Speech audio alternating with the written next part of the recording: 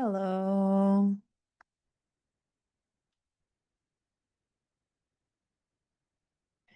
Looks like I'm the only one right now. Hopefully, I'll see you all soon. But I'm talking because otherwise, if you don't talk at the beginning of the recording, then YouTube doesn't put words on it nor captions on it, I've heard. So I'm just kind of talking to myself, right? And if I'm talking to myself, then yeah, waiting. Mhm. Did I open the right class? Yep, I'm an illustrator. Let's see, is someone coming to class today? I know you'll all be here. I know that you'll be here, but it'll take a little bit. So put this over there.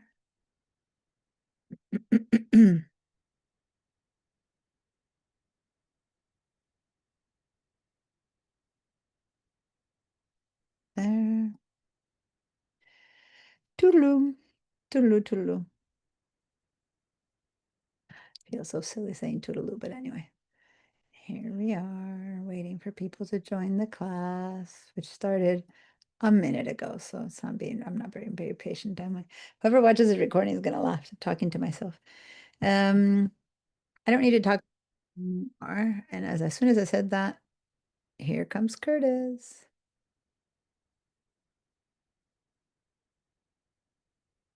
Hi, Curtis. Hey, Deanna, I am sorry, but I'm in Honolulu Airport, so I'm just giving you credit for being here like yesterday, and I will catch up on the videos.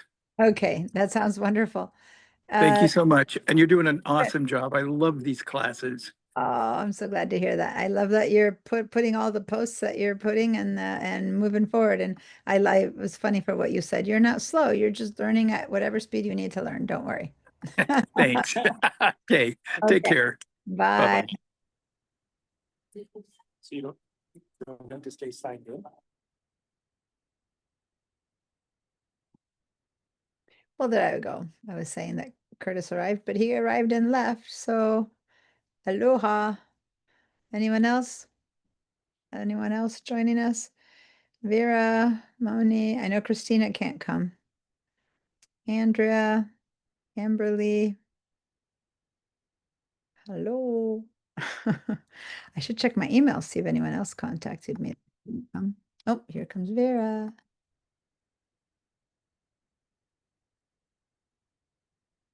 All right. Hi, Vera.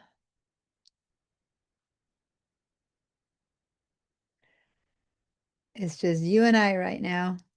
Curtis was here, but he's in Honolulu. So he just checked in and out. So for now, it just says, can you hear me, Vera? Go ahead and nod if you can hear me. You're muted, so. Maybe people are having trouble getting in. I don't know. I've heard that right now there is a message that in Banner that it was having some issues, but I don't think Zoom depends on Banner, so I'm not sure. So we'll wait and see. Curtis connected from Honolulu, but Banner, registration, search course, schedule, rosters, all of that is an issue right now. But I did not know that that might be, I don't know if that might extend itself to Zoom. So we're having that issue right now. But if you were able to connect without problems and Curtis was able to connect without problems, I would assume. And I know Christina's not coming. She's not able to make it today. So that leaves a few more people and both. I hope Moni comes because she's always such a good model of. Now, well, Moni was in my morning class and so was Amberly.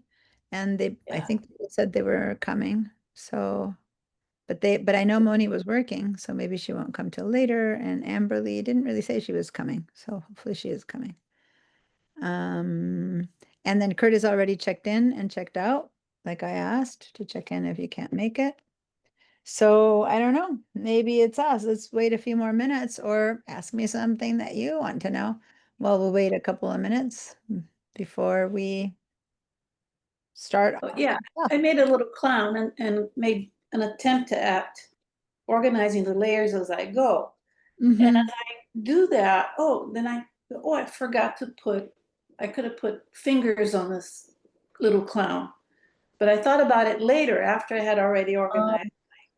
See, Oh, that's good. Today we're going to learn a lot about grouping and organizing. So yeah, you'll be able to think, even if you think about it later, you can always go into that place where you had the little group fingers and add, or hands and add fingers to it. So that's a good point. Yeah, today we're going to talk, that's a lot of what we're going to do today. So you'll be able to go back and add fingers, or a yeah, it bow. got especially complicated when you assigned us a little town.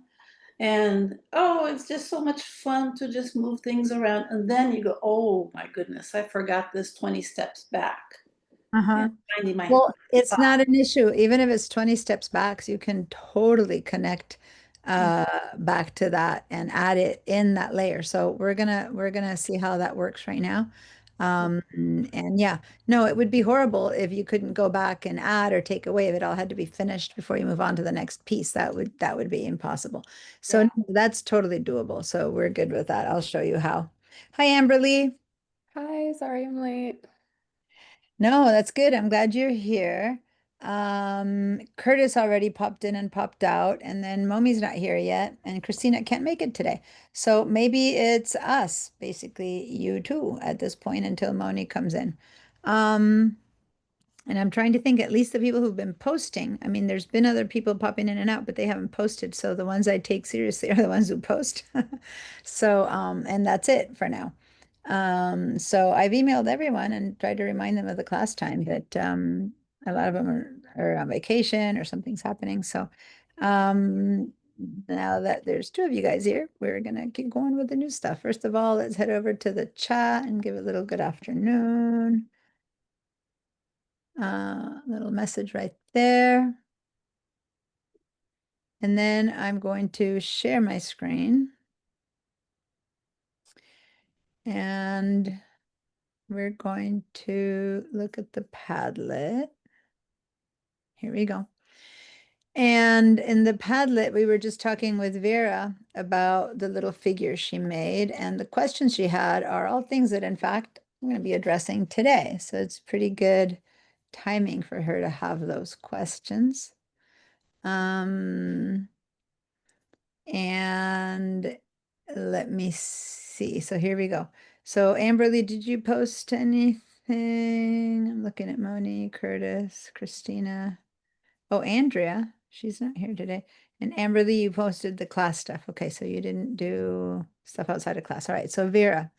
Vera created this little attempt at a cloud, she called it, and with basic shapes, which is everything we've been doing, so it's perfect. And she's asking about grouping your parts as we draw them.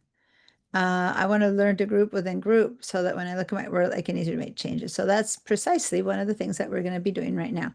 And if you look at her image, and it's hard to go too big or it stops. Yeah, there we go. It breaks down. A little bit bigger I can do. These little arrows there represent the groups. And inside of those groups, you can work and correctly. But right now, like you have the eyes there and the face there, and maybe the eyes and the face should be part of the same group, and the nose and the mouse, right? If all those things were in the same group called head, for example, then inside of that group, you could have a group called eyes, right? Or ears, if it's going to have ears, or things that need to be parallel. And then you would have one group called head, and then another group called body. So you could have all this be in one big group. And then you open that group and you have, in one of them, you have legs, and another have a group of like, or limbs, for example, and that's arms and legs. And then you divide that into a group for legs and a group for limbs. So that's what we're gonna talk about. And in fact, let me point out, and Moni's not here right now, but the Moni posted this one here. Moni loves Illustrator, and she always writes a bunch of stuff. So if you want to read her posts when she has time, she goes in there and talks a lot about what she's done. She lights up when she's working on Illustrator.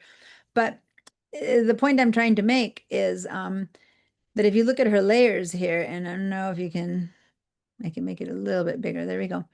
So she has a thing called fruit, but the fruit includes each one of the fruits. And then each fruit, if you were to open it, is is the dots and the fruit and the red and the shine and the little whatever little green bunch there. So if you'd opened a strawberry, there's like 5 or 6 things inside of the strawberry. That closes up. Then she repeats it 2 or 3 more times in different positions, right? And then same with the orange. The orange is probably just that shine plus the orange circle and stuff like that. But then all of those put together are the fruit basket. Does that make sense? Mhm. So if you want to now go in and add a different shine to this strawberry, you can still do that. You would go into that group and create a new shine and be in that group. And so you can keep adding to it. So Vera's question was, what if I want to go now and add fingers to the hands? Am I done because I didn't do it in the moment? Nope. Today we're going to see how to go back into those initial groups, how to create them to start with, how to go into those groups and keep adding and changing things within the group and not having to all have it be outside. Does that make sense? Now here she has a pear that looks like a pear, and it's that one. But then down here, she just made a couple little green squares to make them look like they are a pear peeking through. And she probably has a couple of green orange squares, and she probably put them inside of the word orange. And a red square, she probably put it in one of the strawberries because we don't see them, but this pear square got left out like that. So technically, if she want to has pears, she could have the pear squares inside a pear, and then that's the fruit. Or you could have all the little squares separately. It doesn't matter. But see, again, the whole hedgehog has one group, which is the face. But inside of the face, which is all this, she has individual nose, individual cheeks, individual face, but then 2 eyes that are a group. That way you can move the eyes together. But in the group of face, she has a group of eyes and 3 individual things. Then she has a group called paws, foot. The probably the you could join these 2 and call it foot, and paw would be inside of it, et cetera, right? So it just goes and breaks it down. So the ground and sky over here has one group for shadows, one for clouds, one for plants, one for the background land, one for the sun gradient, one for the grass shadows. So the sky isn't one thing, it's many things. The sun gradient is one thing, it's many things. So when I look in the back, you can see like all the clouds together are under clouds, right? If you open that up, then you have like probably 1, 2, 3 different clouds in there, right? And whatever it went into making the clouds. And the same with these little bunches of grass and all these little. What are the 2 little locks? Why did she lock those 4 places? Yeah, good point. These are two big groups that are locked. The border and the ground and sky are locked. But when you open up the ground and sky, you can see all these little locks, because if the big group is locked, then they're all locked. And why you would do that is because it's all in the background. And now when you're working on the hedgehog, last thing you want is to be suddenly grabbing a cloud. It's like you want to just seal the background is done, just lock it so that it could not be touched. So when you move these little pieces around, you don't by mistake suddenly move the leaves or something. Does that make sense? Yeah. When you're done with a hedgehog, or when you're done working with it, even if you're not done with them, you lock it, and then you start working on the ground again. You unlock it, and now you work on the grounds. Then you lock it, and you lock the hedgehog, and then you unlock the fruit basket, and you keep working on the fruit basket. So you use locks so that the stuff that's there doesn't move around. So in this case, she has a fruit basket, and the fruit squares locked, and the background locked. And meanwhile, it seemed in this issue, she's been working on the hedgehog. But even inside of the hedgehog, she's got the paw locked, this one, because she's done with it, right? And then she's got the eyes locked because she doesn't want to move them anymore. And meanwhile, she's probably moving on the rest of the stuff. So you lock and unlock gradually as you need be to not affect the other stuff. You don't have to lock everything. It's just that by mistake, you could be kind of clicking around here. Next thing you know, you look at the hedgehog, and suddenly you didn't notice, but you've moved this shadow and it's over here. And you're like, when did that shadow move over? Mistake, it moved when you were working on the eyeballs, for example, right? So by locking and unlocking, you get to seal what's ready and what's there to work on. So Moni, hi, we're talking about your example, which is marvelous. And just so you know, people clamor for your work. Anyway, but I also like all the descriptions that you make and all the tools that you explain. But in particular, Vera was asking about groups within groups and stuff that we're going to cover today. But I was showing yours as an example of a good use of groups within groups. But also, she noticed the locks. So I was just noticing that when you're done with something, you lock it. Doesn't mean that you'll never go back to it. You lock it for the time being so that you can work. You're going to work on the hedgehog's belly. then you might as well lock the fruit so that you can easily grab the hedgehog's belly without having to sift through 5 layers to get to the hedgehog's belly. Then you put the belly where you want it, and then you lock the hedgehog, and then you keep working with the fruit, right? So it's like a way to isolate the parts and pieces, which you can only do if you've grouped them really nicely the way you have here. So this is such a perfect example that I might venture to say that I wouldn't mind if at some point you might share this file with me. Oh, Um, okay. I can I have was it going to say I down could open it right now if you want to just move around in it. right now, but also I'm saying more as a long term because I could put it in my Illustrator files as a perfect example of layers and how they work. I have an example of those birds and books that I did once, but that is a very complicated example, and you don't see the parts and pieces because it's many little feathers in a bird. But each piece is so distinguishable. It's so easy to show, pear, pear, strawberry, strawberry, eyes, versus bunches of feathers. Which one's the right feather? So it's a Yeah. great example. So anyway, if you'd be generous enough to lend it to me as a sample, I might want to be able to show that. Anyway, Curtis was here a bit earlier. He had to leave because he's in Honolulu, but he did a lot of postings, so we're not going to talk about that. And Christina can't make it today. She's unavailable. So, and that's it. And I don't have anything right now to show from Amberly nor from Andrea. So we're gonna keep moving. Okay. Let's head over to Illustrator. Are there any questions based on what we've been doing?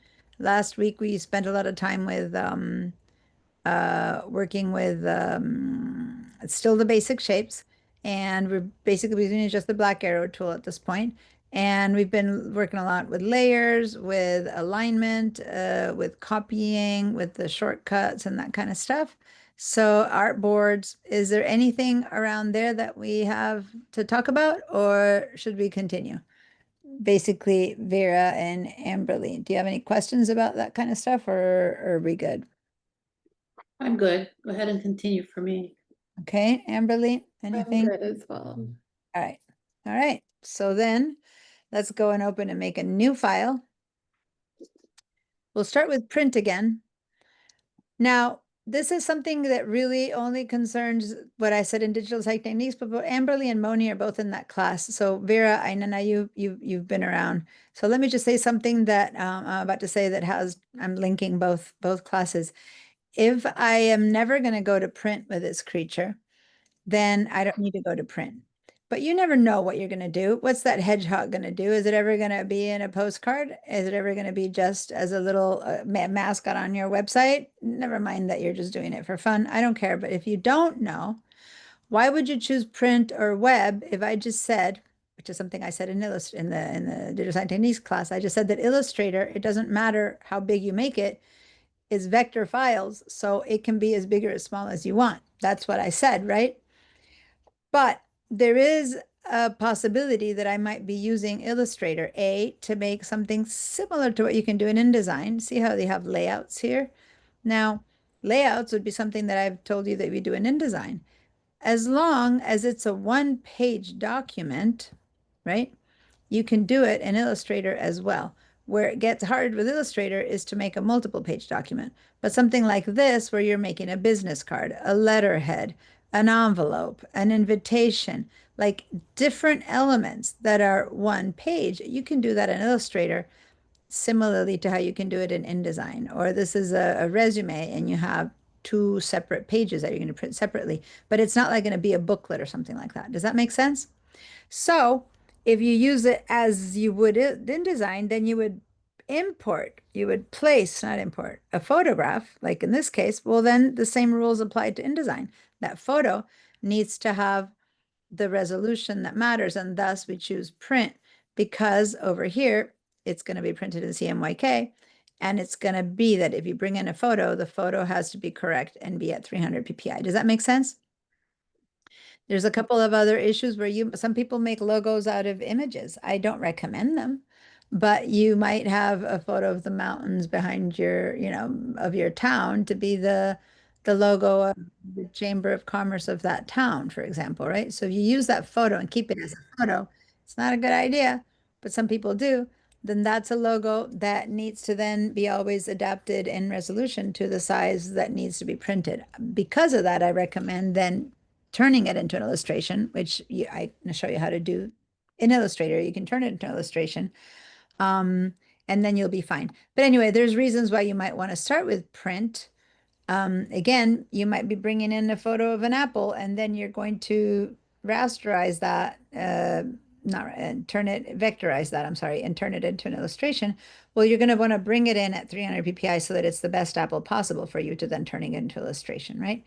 But ultimately, that design that you make, as long as it's all vector, it can be used anywhere, big, small, medium, it doesn't matter. As long as it incorporates raster elements, for example, a photo, then you need to then consider it that it has to keep within the 300 ppi. Does that make sense, you guys? All right, so that was just kind of linking the class from today to this, and then after that, everything we do in this class is always going to be based on just Illustrator only. We're not going to be bringing in photos and stuff into the Illustrator, other than to turn them into illustrations. All right, so let's go for letter print because I'm here, but let's turn this into 5 by 5. I like working with just squares, art boards right now to examples, and let's start with 4 art boards. So I'm going to just do that straight from here. We're going to start 1, 2, 3, and 4 art boards, 4 5 by 5 art boards. We're not going to worry about bleed. We're not going to worry about anything else, and we're going to just say create. So 5 by 5 inches, 4 art boards, create.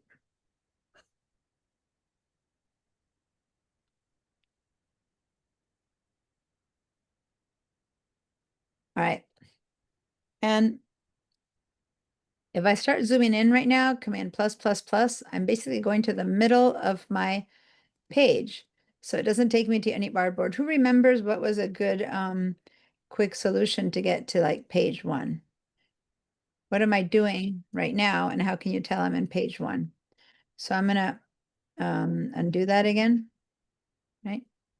If I'm in the middle of this and I Bottom left. in, I look down at the bottom left, right? And it said 1. If I now do Command or Control 0, which is fill my screen, by default, how do I know if it's filling in with my page 1? And it's because down here it says 1. Okay. Let me just move this. I need to have this too near my dock. And by having it so near my dock, it's becoming a tiny bit of an issue. Let me change the size of this and of this, so that my dock doesn't get in the way. Okay, so Command or Control 0 is the command for filling my screen. So if I'm over here and I'm doing that and I just do Command 0, it defaults to fill in with the first artboard. But what if I wanted to go to page 4 instead, Command 0? Then what if what I wanted to do is in a shortcut go to this one? Because if I can right now move out, zoom in, zoom out straight to this one, you can do that. But say that I have things here. I'm going to make a quick little square on that one, just so you see it. I'll give it a color. As long as I have something on each artboard, the quickest way to go to each artboard is to select something from that artboard and then do Command 0. And it's always going to center into that piece that you selected. Does that make sense? So if I have stuff everywhere, I just select something, it doesn't matter what, on whichever artboard I want. And then I do Command 0 and it goes to that one. But if there's nothing selected, like just now, it defaulted to a different border. Okay, so I'm going to get rid of that. Just showing you a little kind of cute little way to do it. Anyway, Command 0, starting on page 1. We're going to start building some different shapes with a different tool. And then we're also going to begin to work with groupings and layers and stuff like that. So for some strange reason, oh, wow, hold on, this is still under my Zoom tools. Should be out of my Zoom tools there. For some strange reason, I don't see my layers here. It's like my Illustrator got reset or something, or were we working with Essentials last time? I think we were working with Essentials, and that's why I had my layers here. Can you tell me what workspace we're working in? Or I had called one Diana. That's what I had done. No, I don't remember. Last Getting started. year in getting started. Is that what We were in Amberley, you too? You're in Getting Started? Trying to remember what the class was I at. think we did, because that was something I had never used before. And so I think that's, you had done the getting I started. think I was showing you the artboard tool. That's what happened. Yeah. I was showing you the artboard tool and the artboard tool doesn't show up in Getting Started. So I went to Essentials to show you the artboard tool, and that's why I'm in this one or something like that. Yeah. Okay. So it's over to Getting Started. But in Getting Started, you're not seeing the layers. And I would have thought I would have left it there. But anyway, let's do that. Let's grab layers and drag them over. If you don't have them, drag them over to here because I want to have my layers visible at the same time as my properties always. And then I'm going to make my layers bigger and we're going to be using that a lot. And then I'm going to move this artboard over so that I can see most of it, even when I'm seeing my layers. Okay, that feels better. Let me resize this so that it's matching that. Okay. So I'm going to keep going with Getting Started whenever I get to the limits of what it has, because it seems pretty limited, but when I get to the limits, I'll tell you, but it's not too limited for what we're going to be doing right now. So that's good. So we're in layer one and we're going to stay in layer one, and any object we make, let's go ahead and grab a rectangle and make a rectangle. It'll come out whatever color the last one you made. And remember, I made a little pink one before. So it comes out pink again. And now I open this layer with my little kind of little angle there, and boom, I begin to have a stacking order of my first little shape. So let's do that. And then let's not forget that we need to leave this and we need to go back to our V or black selection tool, because right now, since I'm in my make squares shape, that's all I'm going to do. I'm going to keep making squares. Now, there's a shortcut, which is the V tool, and I'm going to teach you another shortcut. I think both Moni might know this one, Amberly and Vera. I'm going to show it to you, and if it gets too confusing, then don't do this. But if you want to know, other than hitting the V to go back, right, to that tool, and then the M to go back into the rectangle tool, V and M, I could also be in any tool other than the selection tool, but we need that selection tool so much. I mean, even to move this thing, if I wanted it to be there instead of there, I need the V or black selection tool. So watch. I can fake it. I can get that tool back by holding the command key temporarily so that I can then move this command key, sorry, control key for the PC or for Amberly, and the command key for the Mac. I temporarily pick up my black arrow tool just because I needed to move it. And then when I let go, I'm still using my make rectangles tool. Okay, so I'll make 2, 3 rectangles and then I want to move that one. I don't want to change, even if I use the V, I don't want to change to the V. All I do is I hold down the command key, temporarily grab this one, move it into a different place, let go, and I'm still making rectangles. Does that make sense? It's like a shortcut within a shortcut. Because the real shortcut would have been switch to the V. Now I got this tool, and now I have to keep making rectangles. So now I'm going to switch to the M and now keep making rectangles. But this is like, okay, without completely switching my tool, I just need my hand for a second. Hold down the command key, move things around, let go, and you're back into make rectangle tool. If that worked for you, let me know. Give me a yes. If it's like, oh yeah, I got it. If it's like, no, I'd rather not get too confused, then don't bother using it. It's just a little sweet spot, right? But it's okay if you forget about it, but it's also good if you do get around to using it, right? Now, I'm aware, Christina, when you listen to this recording, Christina was a little bit confused about shortcuts before. So if this is something that's one too many, or even Curtis, people for whom this is all the first time they've seen it, don't bother with these. These are just like, I'm trying to bring in some more things, but ultimately, we're going to be needing that black selection tool all the time. And if you learn to just you have to be nothing other than being in another tool, but not be in the middle of an operation, just needing that for a second to move something. Hold on the command key, move it over, and then keep working with whatever tool you're working with. In this case, it's just the make rectangle tool. Now, if I hold down the command key to select something and then I hit delete, since I'm holding down like normally if I would have selected it, it would have worked. So I need to let go, right? And then I can hit delete because I've changed this. So if I hold down command key to select this one, now if I try to delete, it's not deleting because I'm still holding down the command key because I'm trying to get it to work. It's a temporary tool. But once I've selected it, I let go of my command key. Since it is still a selected one, I could hit delete and it would go away. So it kind of works, right? To just select, but then you need to let go of it for the delete to actually work. Does that make sense? So you point to something, you hold down the command key, click on it, let go, and then delete. So let's do that. And let's delete everything we've just done, just so that we can just practice doing that. So let's delete everything with the holding down the command key to select it. Okay, make 2 or 3 things. Hold down the command key, select a different one. Attempt now with the command key held down, or control, by the way, for PCs, and attempt to delete. And you'll see the delete key isn't working. Let go of the command key. Since it is selected, the delete key will work because the delete key deletes anything that's selected. Does that make sense? So it's just a quick little pickup to move something. That's all it is. All right. That's all I wanted to say about that one. I'll be using it and then I'll tell you, okay, go grab your black selection tool or use the V key or hold down the command key or control key. And that's what I mean. It's basically pick up the black selection tool. Does that make sense? Any questions before I continue? Nope. It's all good. All right. Good. So now we have an empty space again.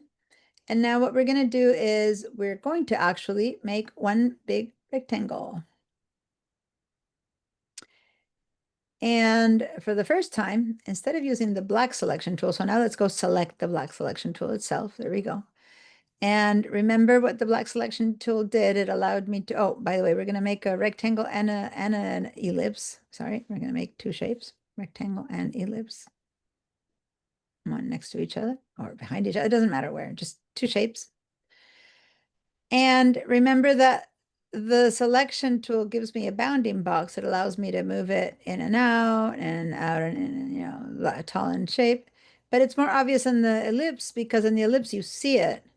And now you can tell that what you're grabbing is the bounding box and that the bounding box in this case doesn't trace the same shape as the path. This is a path. And it coincidentally is in the same spot as the anchor. That's an anchor. So we're going to look at those paths and anchors and go, what are you talking about? You haven't said path and anchors up until now. Well, because we've been working with the black selection tool. The black selection tool is all about the bounding box. And these are the handles. When it's a bounding box, these are called handles. This is a handle that allows me to move it, make it bigger, smaller, fatter, or shorter. That's a handle, right? I'm going to undo because I want this to be straight. And this is that little curvature widget. But this is it. That's it for the black arrow tool, right? Bounding box that you see, bounding box that you don't see, because coincidentally, it traces the same shape. Now, if I do click, shift, click, and I have 2 shapes, it's one bounding box, okay? All right. So let's just review. Now, let's click away. Now let's go and select, let's take the stroke out. Let's select both and take the stroke out. Let's go to stroke and say none. And that's so that it makes it a little bit easier to see what's coming next. Let's say none, no stroke. And now click away. So we have no stroke in these shapes. We just have a fill. All right. Now, instead of the black selection tool, we're going to go to the direct selection tool. And the direct selection tool, the shortcut is the A. Okay. So let's go to the direct selection tool. And now, if I select the rectangle, it doesn't look that different than before. But you can really tell something's different when you select the ellipsis and you discover there's no bounding box. And there was no bounding box here either. And the only way you can really tell is because the bounding box has white little boxes on the corners and it also has one here in the middle. Watch. The black selection tool gives you a little white box in the middle of the straight lines and in the corners, versus the white selection tool gives you just little tiny blue boxes and nothing in the middle. Same here. Does that make sense? Visually, it's just a tiny difference. Functionally, it's a huge difference. So let's start with the rectangle, which is a little bit simpler. First of all, I still have these little widgets, right? So just so you know, they can be handled with a white or with a black selection tool. But the most important thing is I'm going to hover my mouse over this edge and see the little word that says path right at the tip of my arrow. It's really tiny, but it says path. And this one says path, only it's going inside of the pink, so you can't see it so much. This one says path, and this one says path. Maybe I should change fill color. Let me change the fill color, but I need to go back to the selection tool, the black selection tool, to select both my shapes and change the fill color to like yellow or something so that I can see the path in pink. Okay, so now that's better. So now when I click on this thing, I'll see the path even if it's in the yellow, and then there, and then there. Okay. Now look what happens when I click, and I'm hovering. I'm not clicking, I'm just hovering over these little corners. It says anchor, anchor, anchor, and anchor.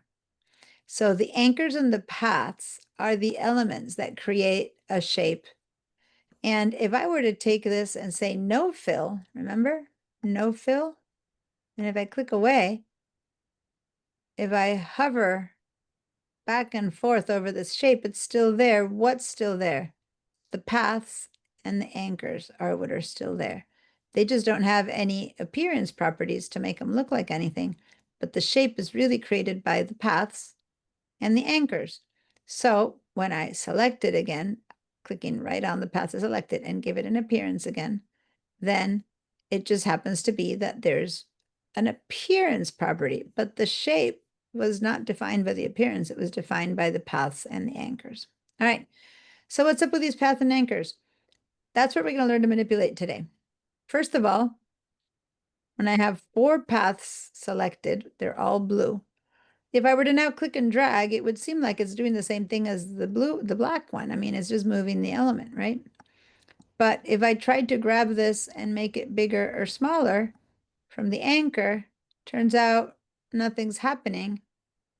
All I can do that's similar to the black selection tool is move it. Other than that, how do I do something to these guys? Watch. We're going to click on this one more time. Now that I clicked on it one more time, I know it's kind of hard to see, but this one is now blue. And see how the others went white, white, white, and white? That means I have selected just the one. Now I can go back to it, click on it, and I can move it. And now I am moving just the anchor point. And for the first time, I'm actually distorting this shape beyond just making it tall or thin, fat or wide.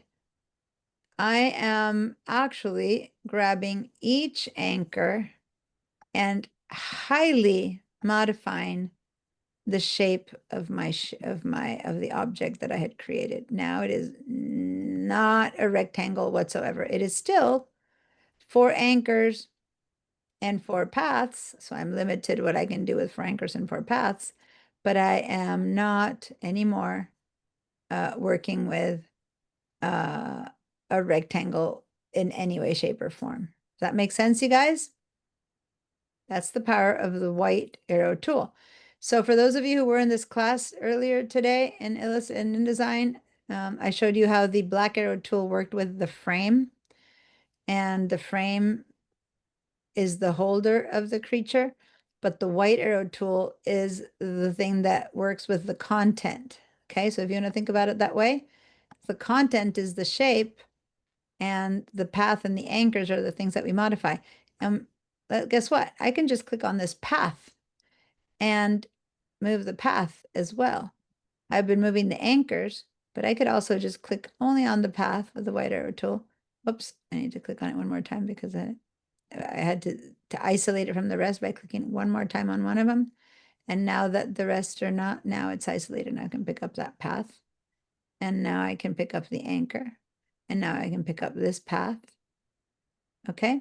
If this is working for you and you're modifying the shape within that's held inside of that bounding box, because I would go to the black arrow tool, there's my bounding box still. I still have a bounding box, even though the content that I modified with the white arrow tool is completely been modified. If that worked for you and everything is good, give me a yes. If you have any questions, now's a good time.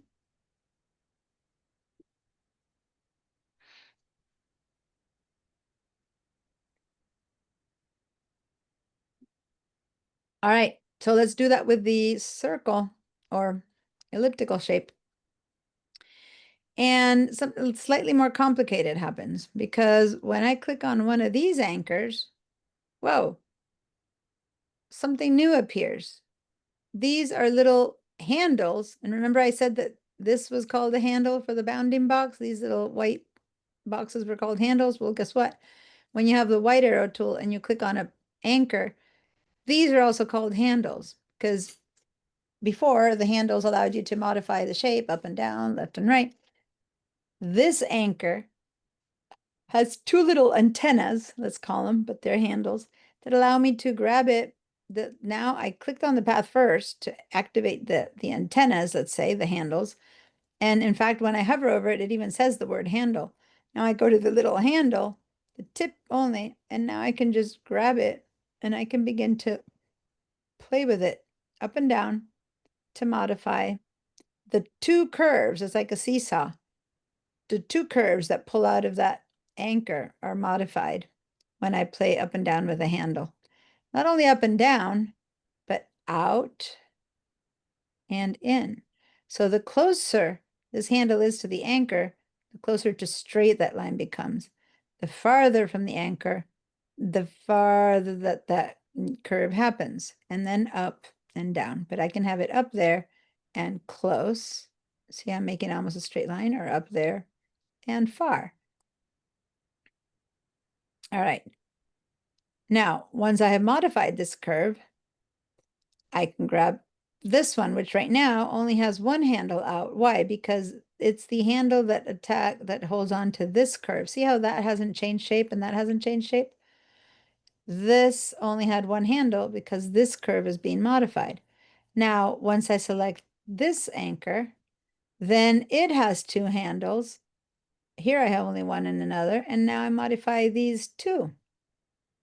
And the only one who has been left unmodified by now is this last one. If I were to grab this one and modify it just by the handles of the anchor, now I've modified all three of my curves, all four of my curves. And by the way, I'm also able to grab the path and modify it from the path itself. But when I grab the curve, I modify not only the curve and the two anchors that make it, but also the two other curves that go out from this angle. So I'm really modifying three paths. Does that make sense?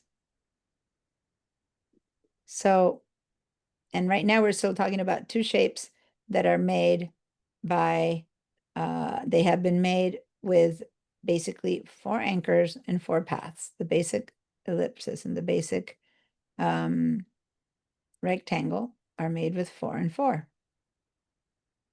Okay, so if you've been able to modify, change, and completely mess up, so to say it nicely, all these shapes, give me a yes, and then give me a little screenshot with a lot of these handles turned on, and then we're gonna write and say that this is what we're modifying the content with the white arrow tool.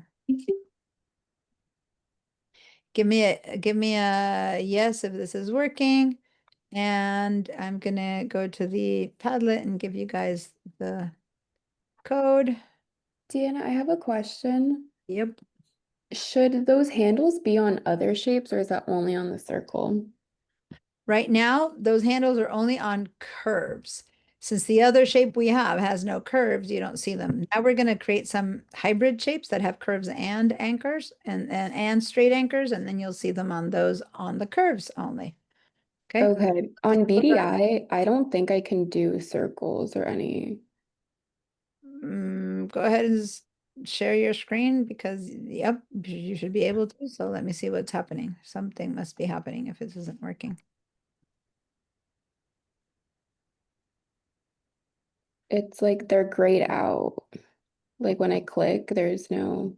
Okay, so that's different. Click away. You're going to all tools, which is how to put them on the tool path. So that's not at all where you should be. And click into this gray area.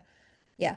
So the circle that you're looking for right now, the elliptical that you're looking for right now, first of all, you're not in the basic set of tools, but I don't know if I have you to thank for this, but I had lost it.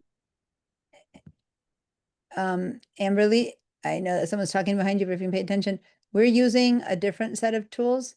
We're using, if you go here to the workspace and bring out the getting started tools, but before you do that, I want to show you where you would get it in this set. Go back to the rectangle and click and hold your mouse down, and there's your elliptical tool. So in the basic set of tools that I'm using, which is getting started, it's just there. But in the essentials that you're using, you have to click and hold to grab it. Does that make sense? Okay. Yes, thank you. But just so that we're all working with the same tools for now, please go up here and grab the getting started tools just for today. Then as we move and shift, go to the, is it there? Hold on. Sorry. It's here. This little thing right there. Here. Yeah. And then we're in the getting started tools. There you go. And then we had gone to the layers right there, and we had set it up. We clicked on it and we had put it here on the side. Go ahead and say go over here to window on the left side. I'm pointing to the window, yeah. And then open up your which one do I have? I have comments. Go to your comments. I'm just saying the one that I have. Where ABC comments? Oh, you have it, but where do you have it? Okay, let's go and reset your, hold on. Let's go over here again. Cancel, go back over there, click on that. Yeah, the workspace, and then go down to reset getting started. Let me just see if you get your comments set up. No, you don't have it. Why did mine have it to start with? Okay, so then let's grab your layers, which is that one, and just drag it out. Like grab it from the word layers. Oh, what did I do? Go ahead and go back to workspace and say reset again. Reset getting started. And then let's click on the word layers just from the word, like literally the word. Click and drag and hold it and yeah, put it right there. There you go. And now you can minimize it by going to this little double-headed arrow and click on it. And there you go. You have your little tiny layers there. So when you need it, you click on that and they open up or they close. Okay, got it. Click on that and they open up and they close. Okay. All right. So that's to make the panel. And then on this side, click on properties. Okay. So now your panel's like mine. Now, this is typical. In the middle of doing other stuff, things disappeared. It went away. Just do a Command 0 so that you can pop it all back into the center. Command or Control 0 in your case. Sorry. Control 0. Control 0. And that's fit in screen again. Okay. So Okay, thank now you. with your white arrow tool, which somehow it's like you've lost your tools a little bit because this isn't connected. It's interesting. Grab your tool. Yeah, it's like your tools are leaving. Go ahead and let's do again and get started. Reset again. I want to see if this gets fixed. Go up here and reset, get started. You're going to have to pull out go to reset again. You're going to have to pull out the layers again. Yeah, click on that. So this isn't fixing itself. So go over here to window and go to arrange and then say, no, you don't want to float it. Why is it? Would it have something to do with the way I have it, like only on half of the screen if I stretch it maybe? No. No. So let's just do this by hand then. Let's do this. Grab this word untitled for a second and just pull it out for a second. I want to see your tools here. Where? Here, yeah, there it says untitled. Grab it, select it, and then pull it out for a minute. Then reconsolidate it, but yeah. So yeah, your tools are halfway there. So go ahead and click on this little double-headed arrow that's there, and let's see what's happening to those tools. See if we can reset them. You're seeing only half of the tools. It's so weird. Click on that again, see what happens. It gets even smaller. And click on it again. All right, so for some reason, you're seeing only half of the tools. So let's go back in with you. Let's start with essentials. We can all move to essentials if we want. Not there, here, sorry, here. Click on essentials. And then reset essentials. Okay, so at least now we're seeing all your tools. And then in the window, let's go to Windows and let's click back and put your, no, here, in the word window. Oh, you can do it by hand. You were doing it. You can just grab it and snap it in, and that's the same. There you go. So everyone, let's go to Essentials so that our tools are the same as hers. But now, when you want to get a tool, as long as there's a little triangle under the tool, that means that if you click and hold, there's more tools underneath it, okay? So go to the Okay. elliptical. Now go to the ellipses there, that tool. No, to the tool, not to the shape. Click and hold tight. And then you can go back to the rectangle by doing that, right? And all the tools you'll see that have a little triangle have more options behind it, okay? Okay. Thank you. You're welcome. So everyone, let's all shift. I don't know why she's seeing half her tools. Let's all shift our workspaces to the essentials. That way, we're all on the same tool set.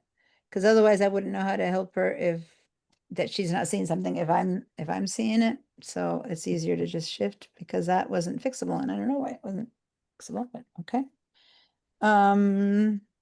So now I'm in my essential set of tools, and here is where I have to click and hold to get my different set of tools.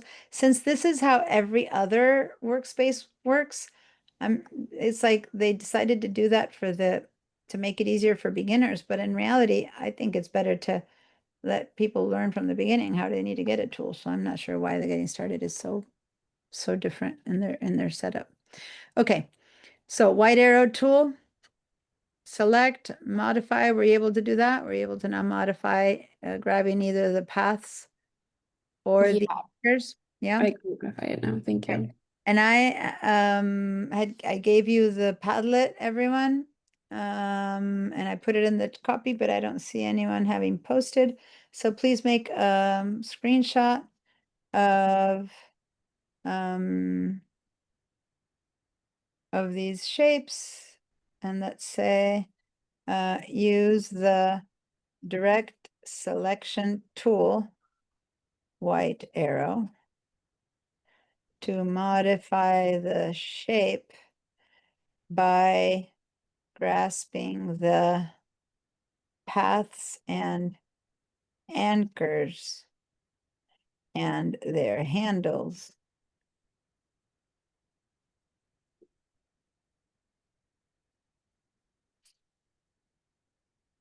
Okay, so can everyone post something there that you're modifying, or at least do the screenshot, because we're going to keep deleting and adding and stuff away, so it might not be here to do a screenshot later. And then let's go back to Illustrator. Okay. Now, when we worked with this one, we only had straight angle anchors.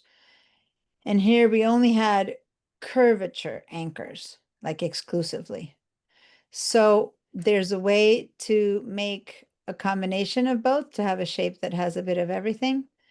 And we're going to go ahead and go over to this second page. And we're going to start adding a bit more. First, let's go back to our rectangle tool. So click and hold and get a rectangle and make a rectangle. And then click and hold and make a circle. We're kind of starting with the same stuff. And then let's go to our shape.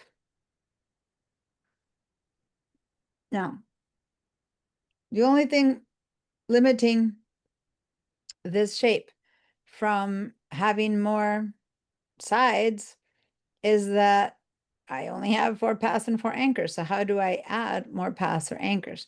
So once again, if I'm in my white arrow tool, I can't necessarily add more paths and more anchors. There is a shortcut to do it, but it isn't, let me just show you the shortcut. If I now, with my white arrow tool, okay, with my white arrow tool, if I hold down my mouse on the path and I hold down my Option or Alt key and I click, right?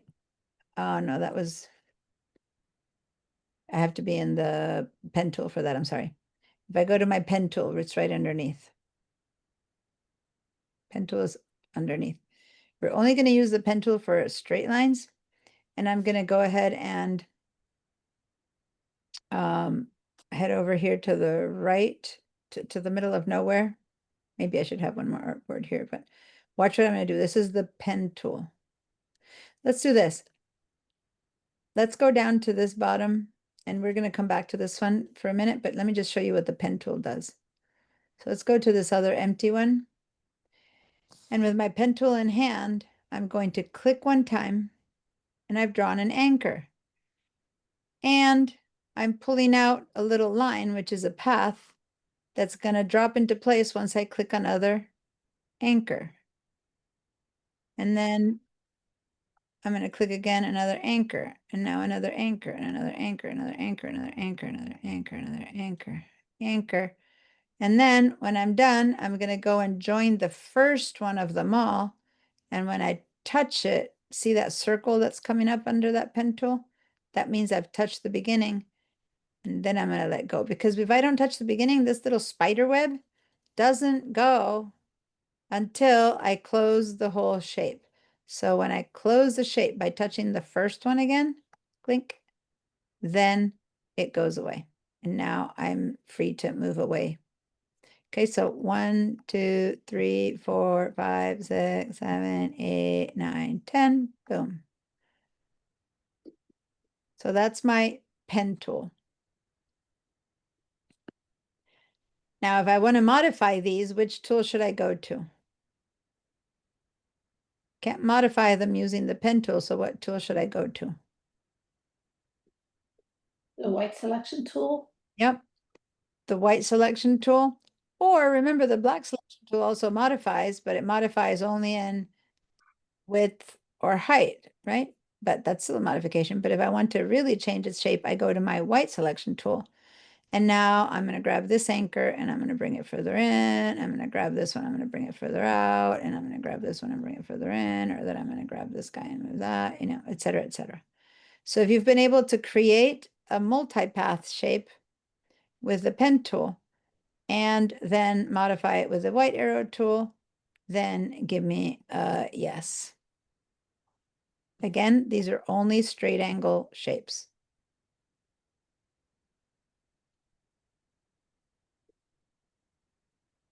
All right. Okay, good. I'm cleaning your answers.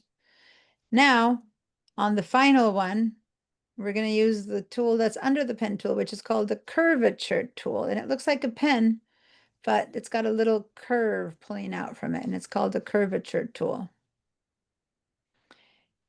And it's similar but different. Watch. I'm going to click to drop my first anchor. And then this time the path isn't kind of pulling out. When I click my second anchor, it looks similar. It looks like it's a curve, but watch what happens when I begin to pull out. It's creating a curve. Now I'm going to click over there, and I'm going to click over there, and I'm going to click over there, and I'm going to click over there, and I'm going to click over there, and I'm going to click over there, and I'm going to click over there. So by the time I'm done, I'm doing the same thing I did before. And just like before, I need to get to the very beginning again and hit the first one, boom, before I can let go. And now this one is all curves as much as that one was all sharps. Yeah. Now I'm going to go back to my white arrow tool and I can modify this just like I did before. So if this seems to be working, and now I'm going to play with the handles and make those curve be steeper, more or less concave. If this is working for you, then give me a good old yeah. So this is pen tool, and this is curvature tool. And this is the white arrow tool in here. We haven't done anything yet with it. So let's go back to this one. But if this is working, all right. Now let's go back to these two that I said, make those and then wait for a minute. Okay, so let's go back to these. I'm going to select one and then Command Zoom or Command Plus or Command 0 to this one. So that's great. I was able to make those shapes. What if I don't want to make a shape from scratch like that? What if I want to modify an existing shape? Can I add more paths to it? To then modify this shape or that shape? Yeah, we can. And depending on which tool you use, the pen tool or the curvature tool, you're going to need to do something different. So watch. I'm going to grab the pen tool. By the way, I used to teach the pen tool for the last 20 years, and then suddenly the curvature tool appeared. And that appeared maybe in the last, at this point, 5 years, maybe 7 years. I don't know. It appeared quite a bunch of years ago. And it's a much easier tool to use than the pen tool. So then I taught both for a while, and then I've been teaching only the curvature tool. You'll see why in a minute. Now, there's only 3 of us, and you're all pretty advanced. I'm not having anyone really slowing us down. So I'm showing you both. But just so you know, if you only want to learn one of these, learn the curvature tool. It has some limitations that the pen tool can do better, but other than that, it's a much easier tool. So right now, when I'm showing you the similarities and differences, if it's too much for you, then just focus on the curvature tool, okay? But I'm going to be showing you both. That way you can see which one you prefer to use. Basically, you can make curves with a pen tool and you can make straight lines with a curvature tool. So for 20 years, we used just the pen tool to do everything, curves, non-curves, lines, everything. But it was complicated to teach how to do curves versus the curvature does curves so easily. It became easier to use a curvature tool for the curves and then modify it to do straight lines. So that's why I'm saying it's easier to use this as an all-in-one tool. But anyway, let's go to the pen tool for a second. Both of these tools, when you first select them and you hover over anything, it has this little asterisk at the bottom. The asterisk means you're about to start a new shape. So if I now click, it's true, I started a new shape. Now I'm going to undo that with the Command Z, because I didn't want to start a new shape. What I wanted was to add more paths to this shape. But for that to happen, this shape had to be selected. First of all, select it. So I went back to the selection tool. Now see what I meant about why did I have to go all the way to selection tool when I was happily on my pen tool? What I could have done is stay on my pen tool and temporarily hold down the Command key just to select it, or Control key for the PC, let go, and now I'm back in my pen tool. Does that make sense? That's the practical application of when I told you guys that you can temporarily use that. So now I've selected the shape. Now watch what happens. If I were to start a shape right now, I have an asterisk. So that means I will be making a new shape, and I didn't want that. So undo, undo, undo, undo. But if I touch the path, see how instead of an asterisk, it turns into a plus sign? Can you see that?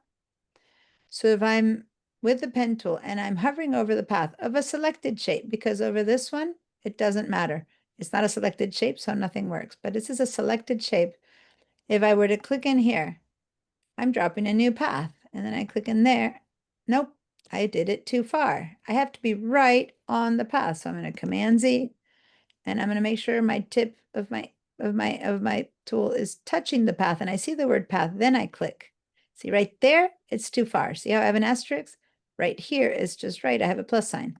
I click and I click. Nope, it was too far.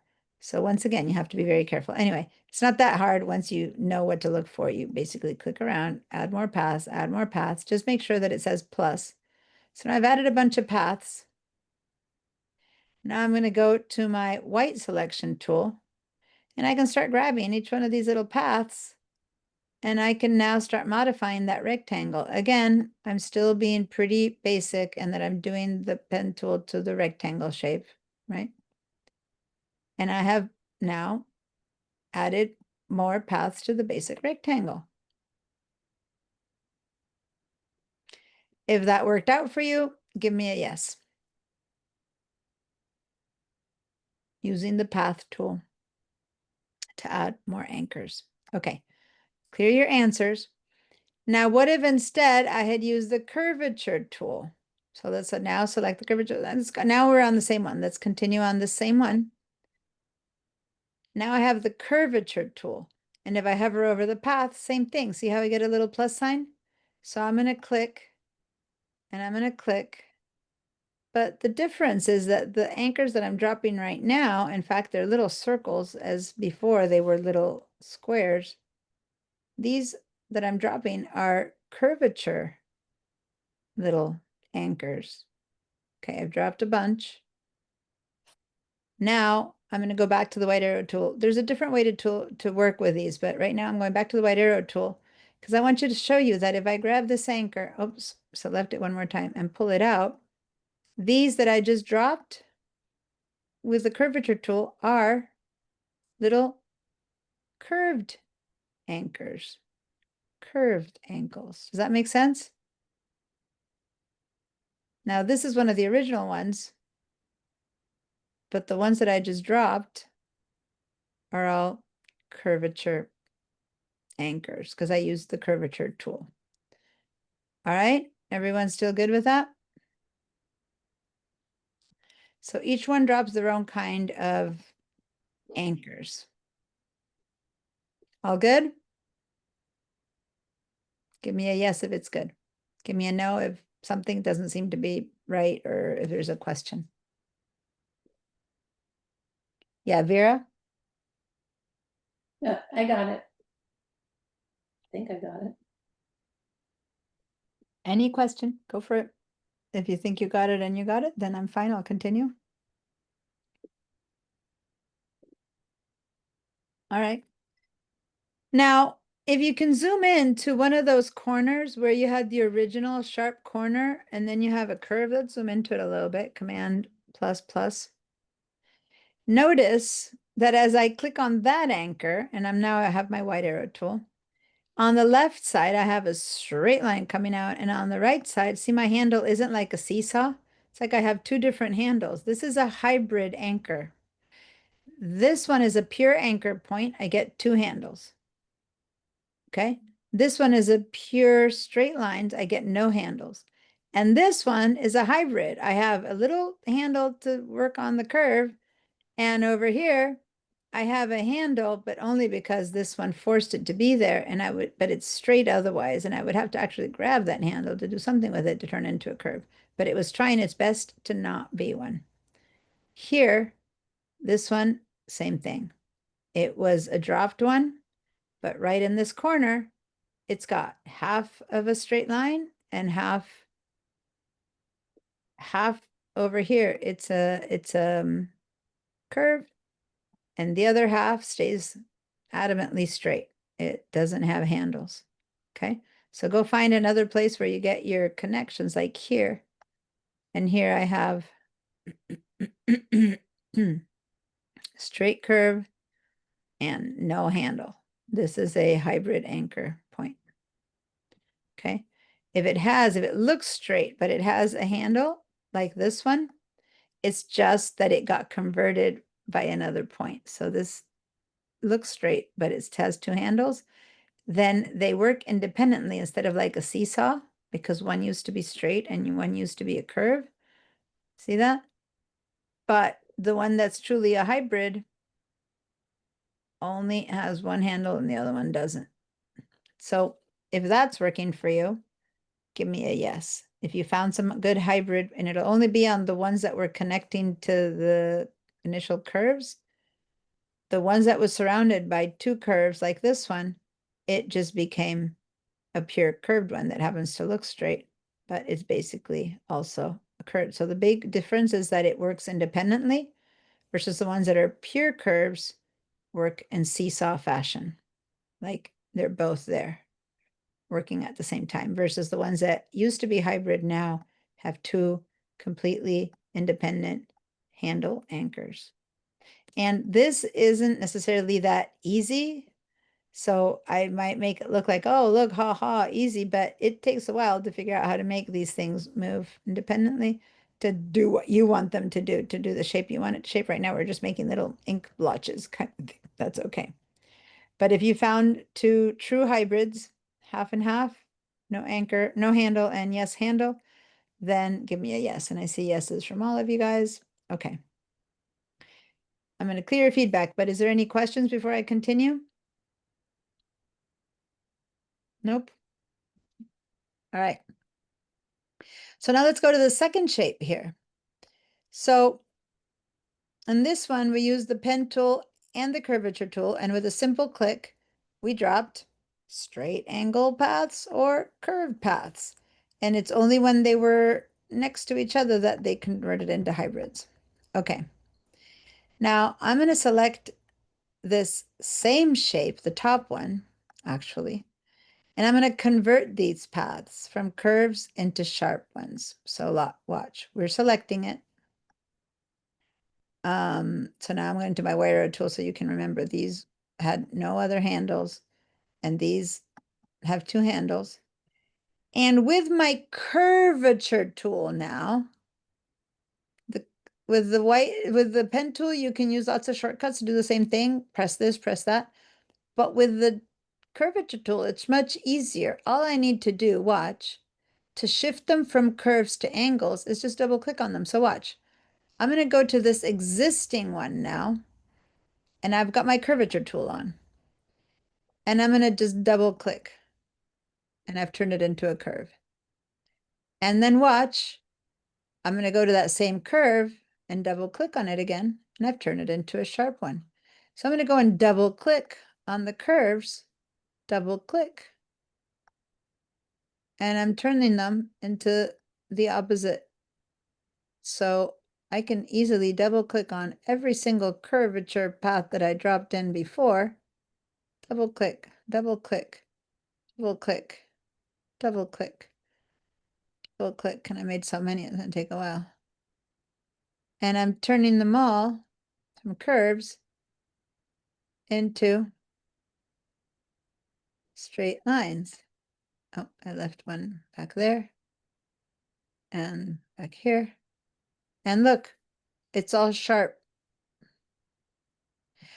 But by the same token, with that same tool, I can go to a sharp one now and double click and turn it all into curves. So basically the double click of the curvature tool, which is what makes this tool be so flexible and beloved, is because double clicking turns it back and forth. So now I'm going to go double click, straight, double click, curve, double click, straight, double click, curve.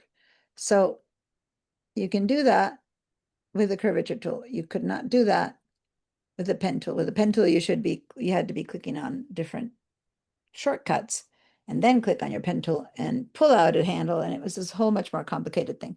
So this is the easy part of this tool, that it can convert back and forth with a double click. Pretty cool. One more thing about this tool. You don't need to go back to the white arrow tool. You can't do this with the pen tool, but with the curvature tool, instead of going back to the white arrow tool, I can now just grab these and these anchors and modify the shape. I'll drop a new path right there, and then I'm going to grab it and modify it. It's a curvy one because I only clicked, but if I double click, I've just dropped a curvy one, then I've turned it into sharp, and then I even grab it and move it, kind of like the white arrow tool did. So the curvature tool is much more flexible, and it has some limitations, but I'd say that 90% of it is easier to use. So even though I like the pen tool for certain things, this one turns out to be kind of a multi-tool. I see that I need another tool. I'll double click and I'll drop. Oh, by the way, and now the last good thing that it does is that if you simply click, you've dropped in a curvature tool. But if you, on the path now, simply click, you've dropped a new curvature tool. But if on the path you double click, you have dropped in a right angle tool. So if I go over here and I double click, I've dropped in a right angle tool. Double click, drops a right angle. Simply click, drops a curve. So I could go over here and make a shape from scratch with the curvature tool. But if I double click each time, double click, double click, double click, double click, double click, double click, double click, and the final one is simply a click, then I have managed to make an actual straight line shape using my curvature tool. So see how it's 2 in 1 plus 3, because now I can also grab these and move them without having to go to the white arrow tool. How does that feel? This is when hopefully you guys are going, ooh, ah, magic. I know Moni feels that way. How about Amberly and Vera? You guys feeling like, ooh, ah? Not yet. Yet? I'm getting there. Getting there, Amberly. Are your eyes beginning to get whiter? Like, Yeah. all right. Do you need a hand, Vera? Do you want to share your screen so I can see a bit what's happening to smooth Sure. it out, or you just need practice? What's up? Uh, You want to share? I'll start my sharing. Go ahead and share.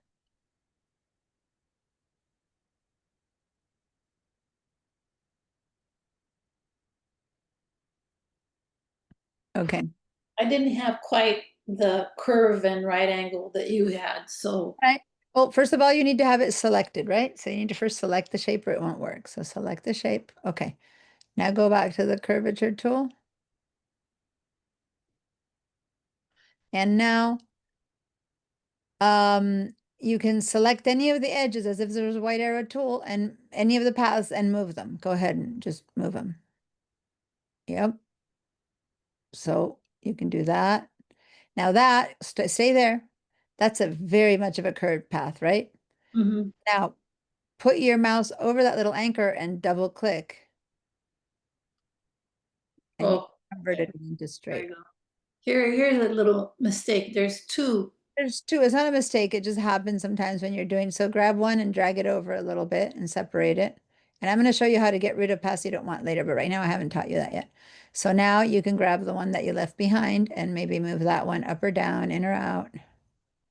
And it turns out that that one was a straight lined angle. So when you're pulling it up, it's giving out two. So now double click on it and it'll turn into a little curved one. Oh, There you go. okay. And now let's go to a curved one and say, I didn't want a curve, like way on the other side, maybe. You have some nice big curves. Okay, and now double click and it turned it to straight. It's a little bit harder because if you have a curve coming off of the next path, it still seems curved. But if you then go to the next one and double click on it, then it goes and you Smooth it out. like double click on like 3 of these in a row and like on the right side, double click on 3 in a row, and then they'll all slowly turn into lines. It's just that at first they're hybrids, and as you double click on both of them, and again and again and again, you left one behind way at the top. No, the one there's a curve there, right? And double click on that one again, but right, and to the bottom right, to the right. No, sorry. If you look up this little sawtooth that you made, one still has a curve. Go up like 3 paths. That one was fine. Go back and make it straight. Okay, now move up an inch, move up an inch. That one, double click on that one again. And now double click again. I think you have the 2 path issue there. You have a tiny little path right next to it, so you can't see it. No, next to the one that you grabbed. Yeah, click and drag it over. Yeah, and then you'll click and move that one over a teensy bit, and you'll see that you have 2 there, and that's why you're having an issue. Like you actually have 2 there. So grab something and drag it, and then the other one will become more obvious. See, there we go. So now you can double click and double click and double click and turn them all into straights. See, there you go. You have a very straight edge now because you went and double clicked. Now, if you go back and double click on them again, you'll end up having a very curvy edge again. Okay, thank you. Got it? You're Yes. welcome. It's just that sometimes you end up with 2 little anchors, and that it, the way those curves are made isn't like made from scratch. They're just modifying an existing thing, and sometimes they overlap each other a bit, so you need to clean it up a bit like you just did. All right. Amberly, any questions? You're all good? I'm good. All right. So let me share my screen again. And now let's go ahead and select this circle that we had down there, but let's use our selection tool. So let's go back to our black arrow tool. Let's move this a little bit out of the way. Well, first of all, did you all create a shape from scratch with the curvature tool, both with white right angles and curve angles? Let's make a little space here, grab the curvature tool before you do anything else. And I want you to either single click to get a few curves and then double click to get a couple of straight lines, double click, double click, double click, double click. Okay. So you basically get to make it from scratch with straight or curves. A single click is a curve, a double click is a straight.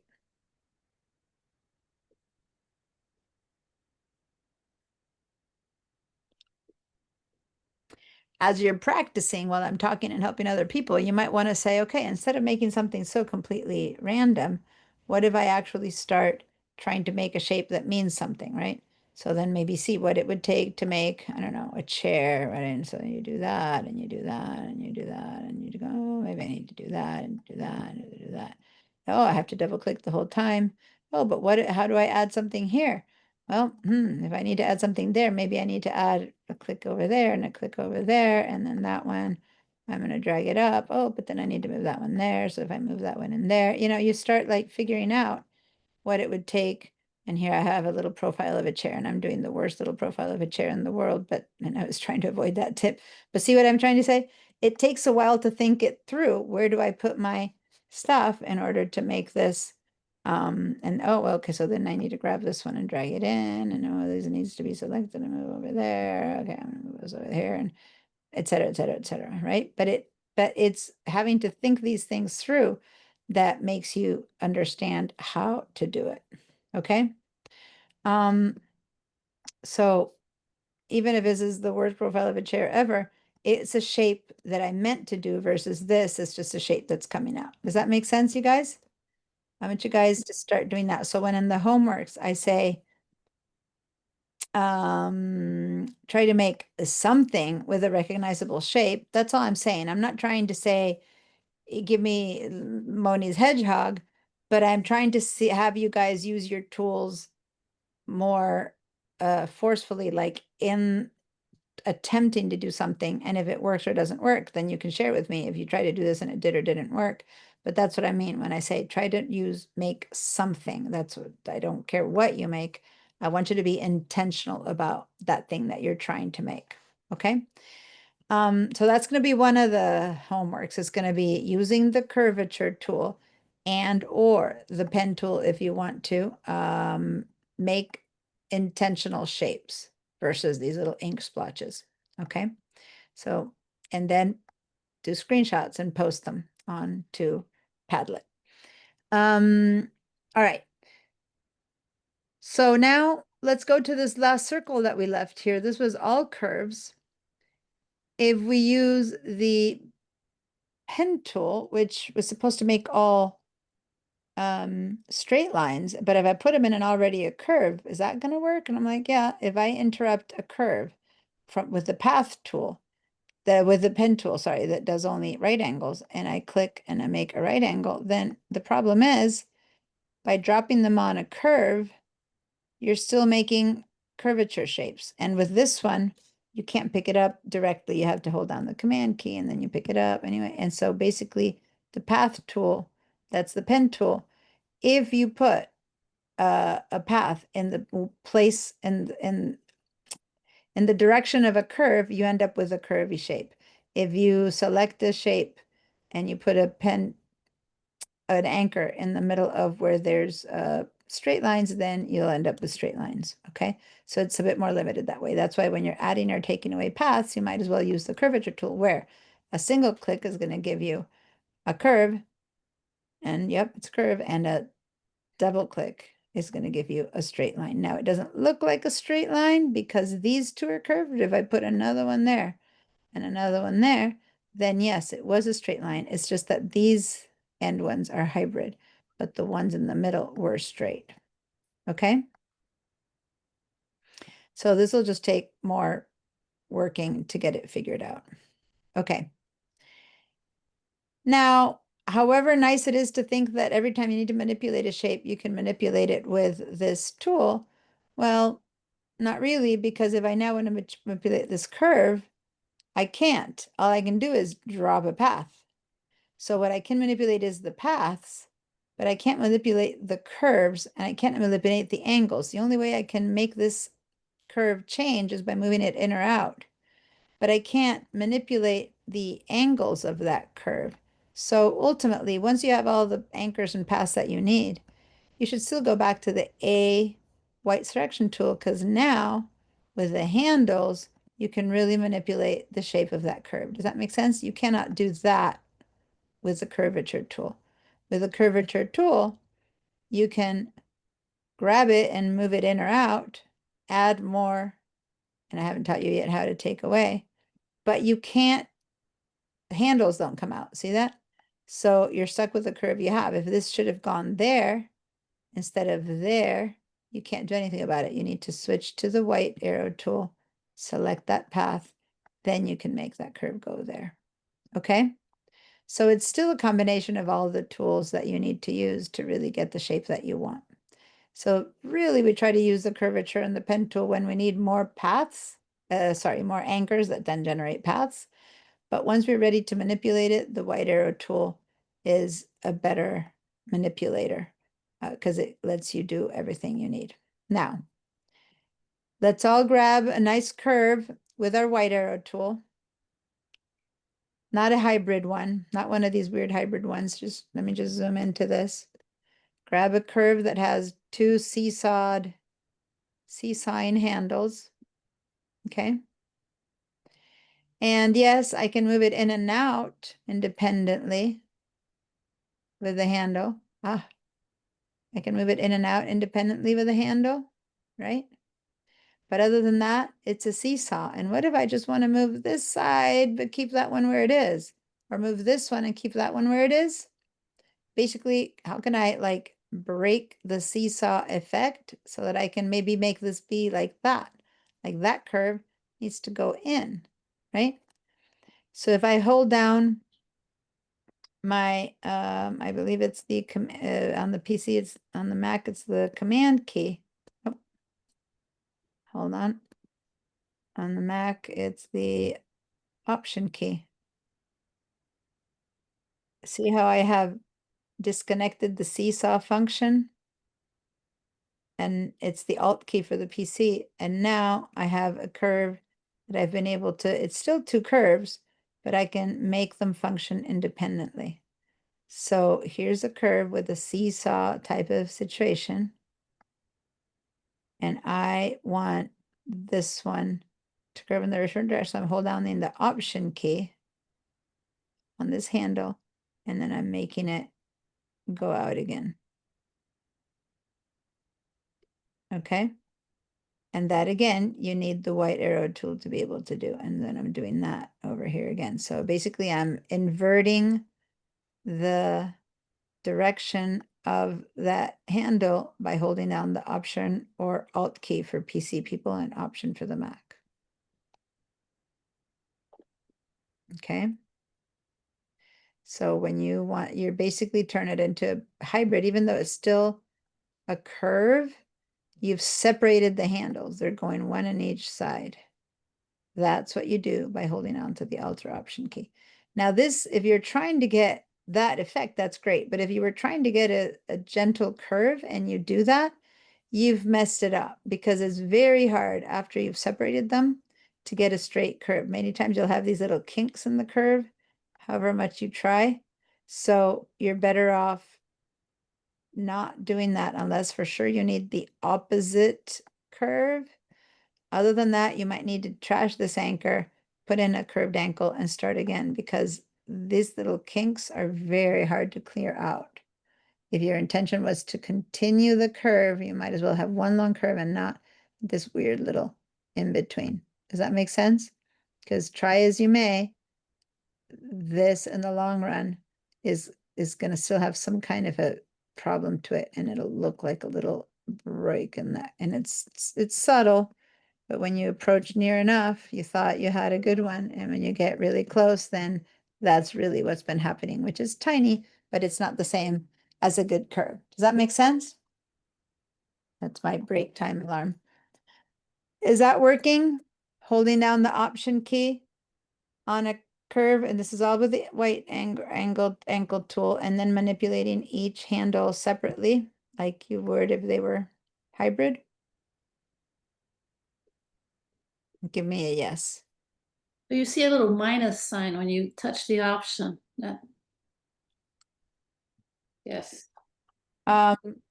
When you touch the option, you see a minus sign? Yeah, when manipulating the curves, a little minus sign showed up. Now I lost it. No, I don't see a minus sign showing up. I only see a plus sign. And the It was problem is that the Option key also gives me duplicates, right? So if I hold down the Option and instead of manipulating a thing, I just drag, then what I just did is I got a copy, which is the shortcut I taught you last week, right? So be careful. You need to make sure you grab the handle to manipulate it, because just an Option drag, I've got a copy made, and then that's a mess. Yeah. Yeah, I did that too. Yeah, typical. It's typical. That's why I'm mentioning it. And then see over here, I made a cute little like Arabian kind of tip, but then over here I have that little kink in the curve. If I wanted to be curvy, I would definitely better off making that into a real curve. And if I want it to be, shaped like this, then like in this one, I better not make it be like an accident. Let make it be like a real reason for which it's out. It's because you wanted that shape and not because, and then in which case, then it's fine. It makes sense for it to do that. But otherwise, it just looks like a bad curve. Does that make sense? Mhm. Yes. All right. Let's go ahead and let's give let's call this, let's save this onto our computer or onto your, let's call this one paths, anchors,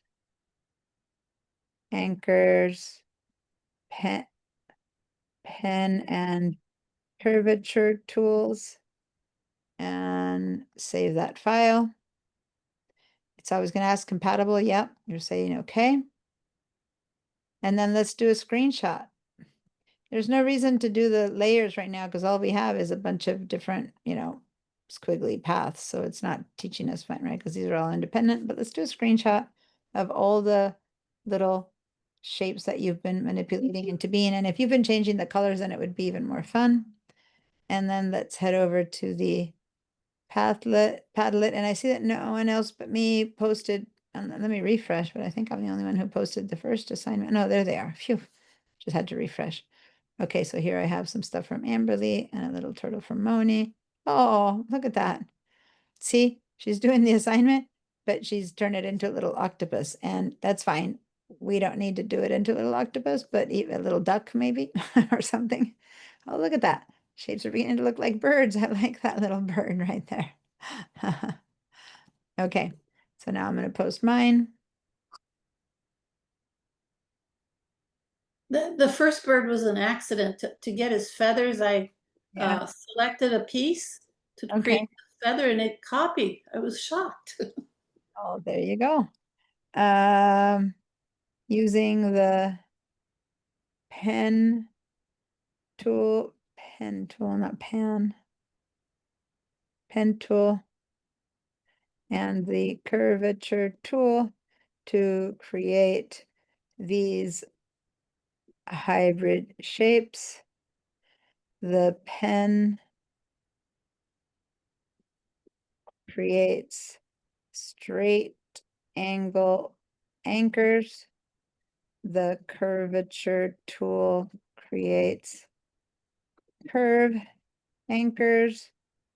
If you double click the curvature tool, you create straight anchors. And also you can switch any anchor from one type to the other by double clicking on it with the curvature tool. And I'm actually going to put that.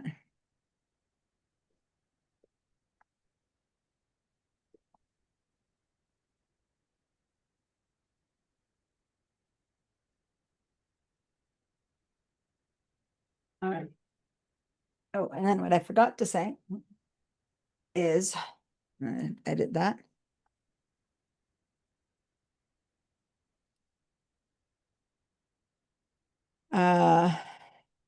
Use the A or direct selection tool to manipulate the shape the anchor handles.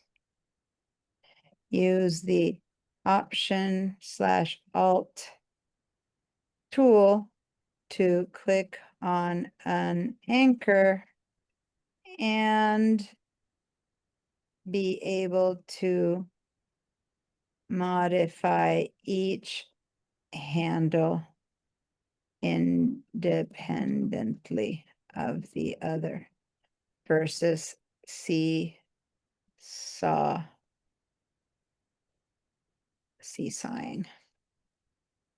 Okay. So there's a lot of information there. How are we doing time-wise? I want to make sure before we start on something new. Okay, so let's do this. It's about to be break time. So let's like assimilate all this information. When we come back, we're going to begin to create more complicated shapes. And then we're going to begin to delve into the groups, Vera, that you were asking about.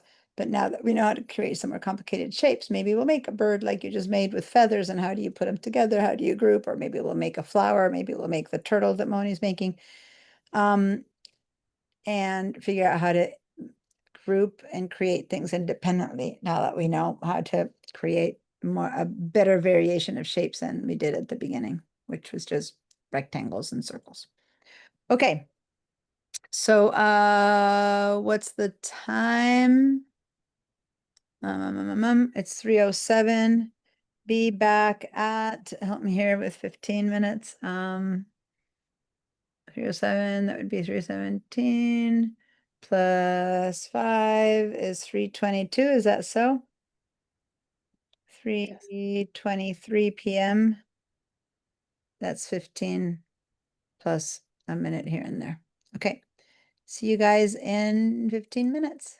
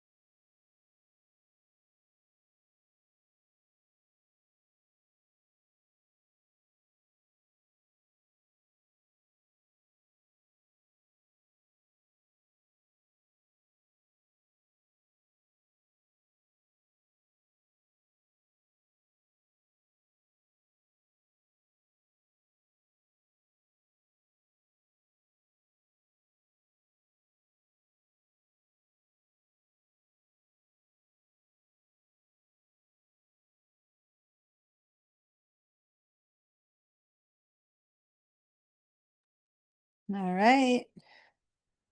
Are we back? Are we back? Are we back? Are we back?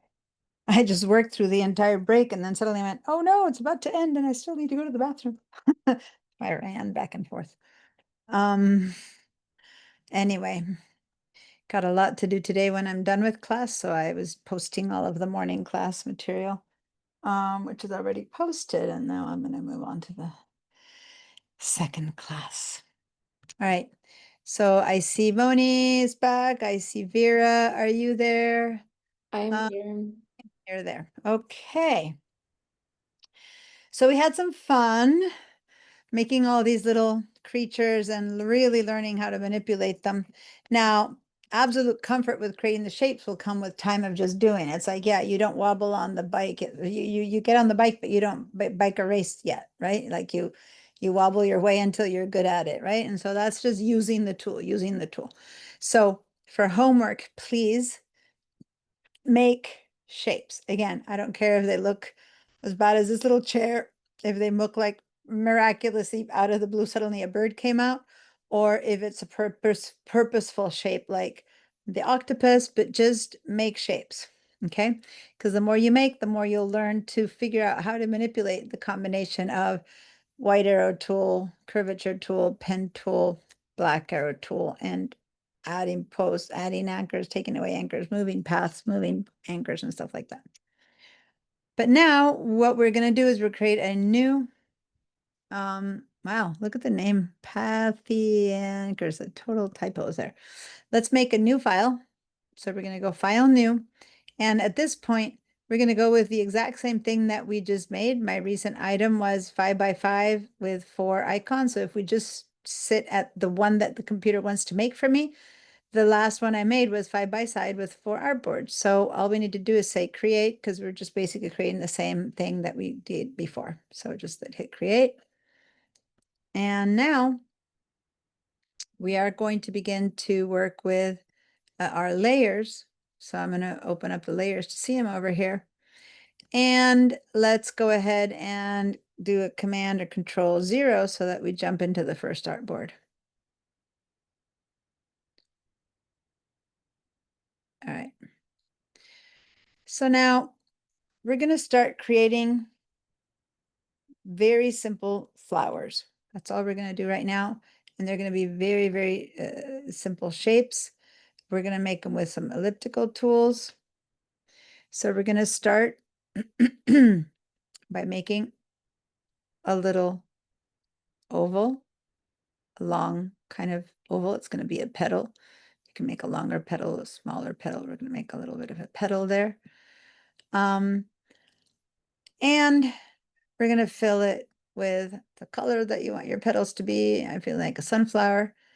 I'm also going to leave a stroke, but it's going to be just a little bit darker than the sunflower shape. That's how I'm going to do it. And I'm going to make it really, really skinny. And you guys can do whatever shape you want, but I'm going to make a little 0.25 petal. You'll see why later I want a little tiny bit of a stroke on it. It's just for the time being. And so now I've got a tiny little oval shape. Okay. Now this is one petal. I'm going to have you guys learn how to rotate this shape. So first of all, let's leave this one petal that we made there. It's our base petal. And let's just make a second one to start creating our flower. So if we mess up with this, we've got this base petal, right? So how did we make a copy of this in a quick way without having to copy and paste? Who remembers?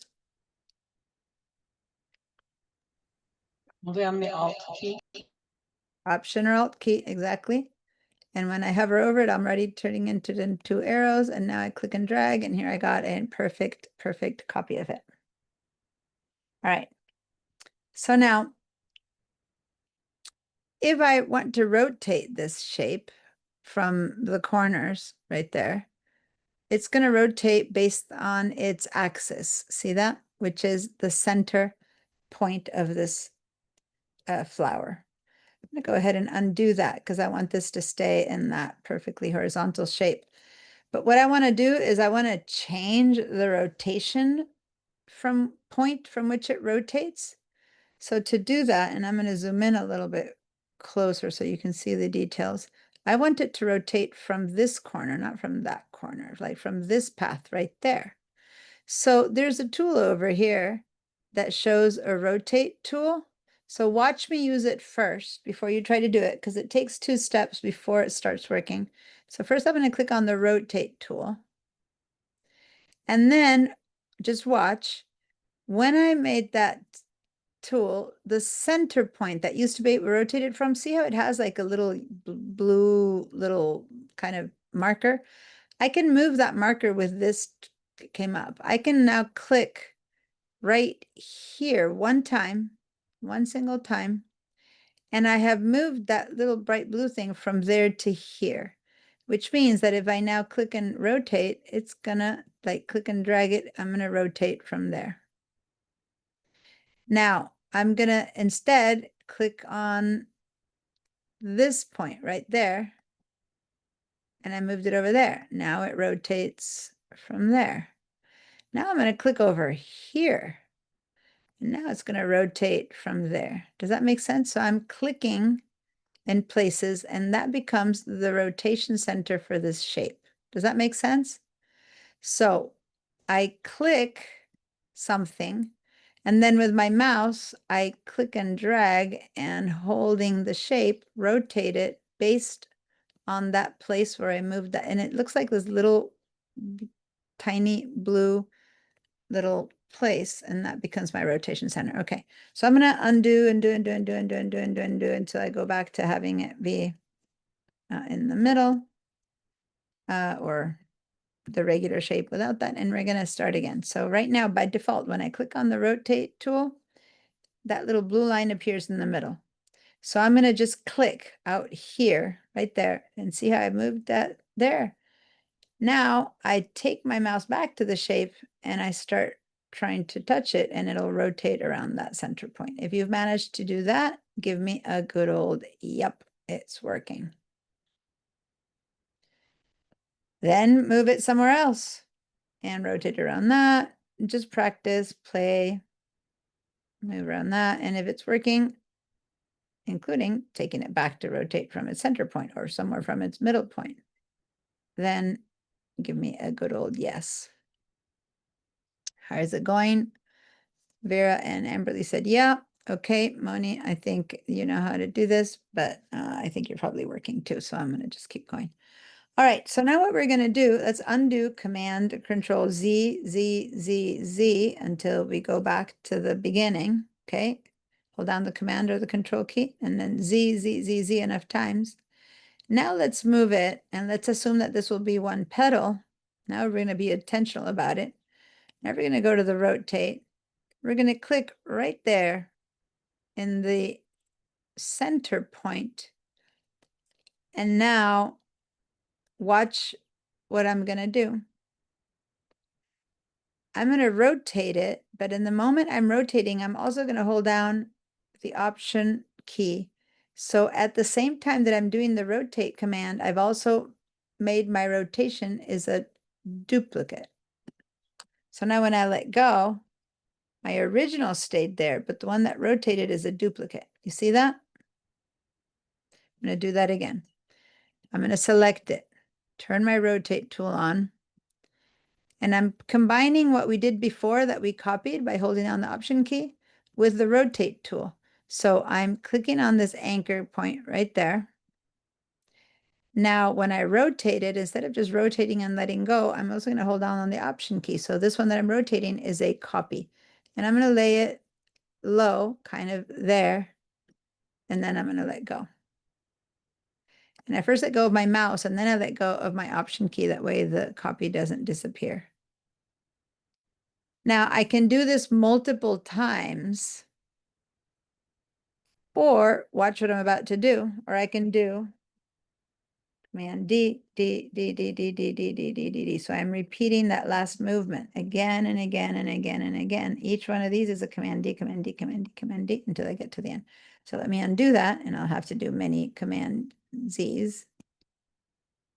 Okay, So if the last thing that you did, right? So I'm going to do it one more time.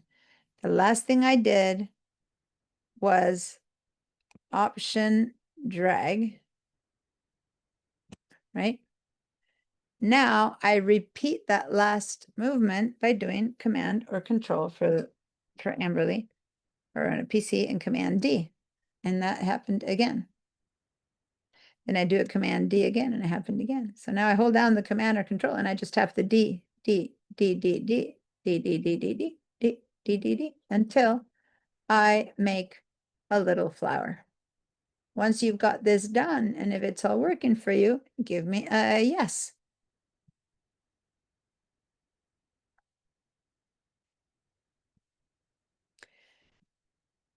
Now, this last one's a little bit weird because it's kind of hanging on top of everything, but it's a very quick way of making a little flower.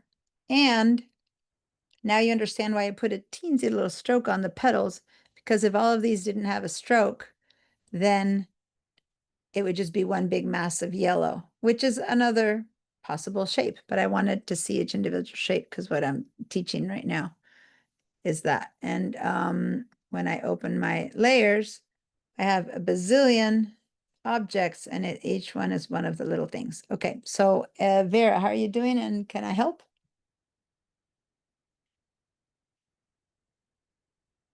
You're muted. I see your mouth moving, but you're muted. You're still muted? I was able to make a flower. Okay, So, great. looks like yours. Okay. Cool. Clear feedback then. All right. So now looking at my layers, can you imagine if I needed to choose one of these to make it a different color or something? Or worse, what if now I want to move this thing and I try to grab it and I move one piece and not the rest? It's like, I'm going to Command Z. If I'm good about selecting really well and I do like that and I select all my pieces and whatever, and then I let go and I only selected half of them and I move them and I leave it separated. So in order to have this flower stay as a flower, I'm going to group it and make it one big group. Okay. So looking at your layers over here where everything is separate. Okay. They're all called ellipse. There's not a single one. Oh, and let me remind you how we select individual things here. If I were to now click on this one right there, I know that the one that's been selected is that one. Why? Because it's got a little blue line, right? And then if I click on this one here and I scroll up and down, oh, there we go. It's that one because it's got a blue line, right? Vice versa, if I were to go to the layers and click on this little radial button right there, oh, I've selected that one. Okay, so let's just either click on the shape or click on the layer. Now, clicking on the shape is a little bit dangerous because what if you click and you move a little bit and you misalign them? You might not even notice, but in the long run, that's a problem.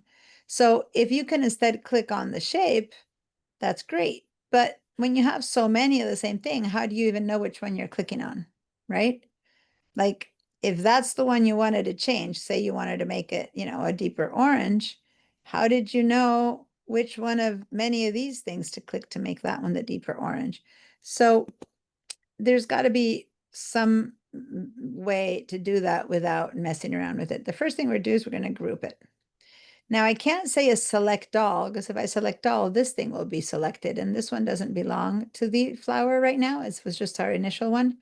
So the easiest way is to do one of those little selection tool, of course, cast that little net from the outside. And as long as I touch the center, I can probably assume that every one of these little ovals is going to be selected. And that now I have, look at that beautiful shape it makes, isn't it? And that now I have all of my group selected, my element selected. And now I'm going to turn that into a group. I know the shortcut. Yay, Command G. But I don't want you to know just the shortcut because you might forget the shortcut. Notice that when it's possible to group something because you've got more than one thing selected, then in the Properties panel, some quick actions appear. And one of the quick actions is called Group. So that's good. Another place where that appears in the contextual panel that's down here, there's possible to generate some shapes. And then this little guy there is the group icon. It just puts everything in one little basket. So I could do it from there as well. Or I can go to the good old object group way up there, which shows you the shortcuts. And as much as there's buttons everywhere to do it, I still prefer the shortcut. It's the fastest one for me, Command G, Control G.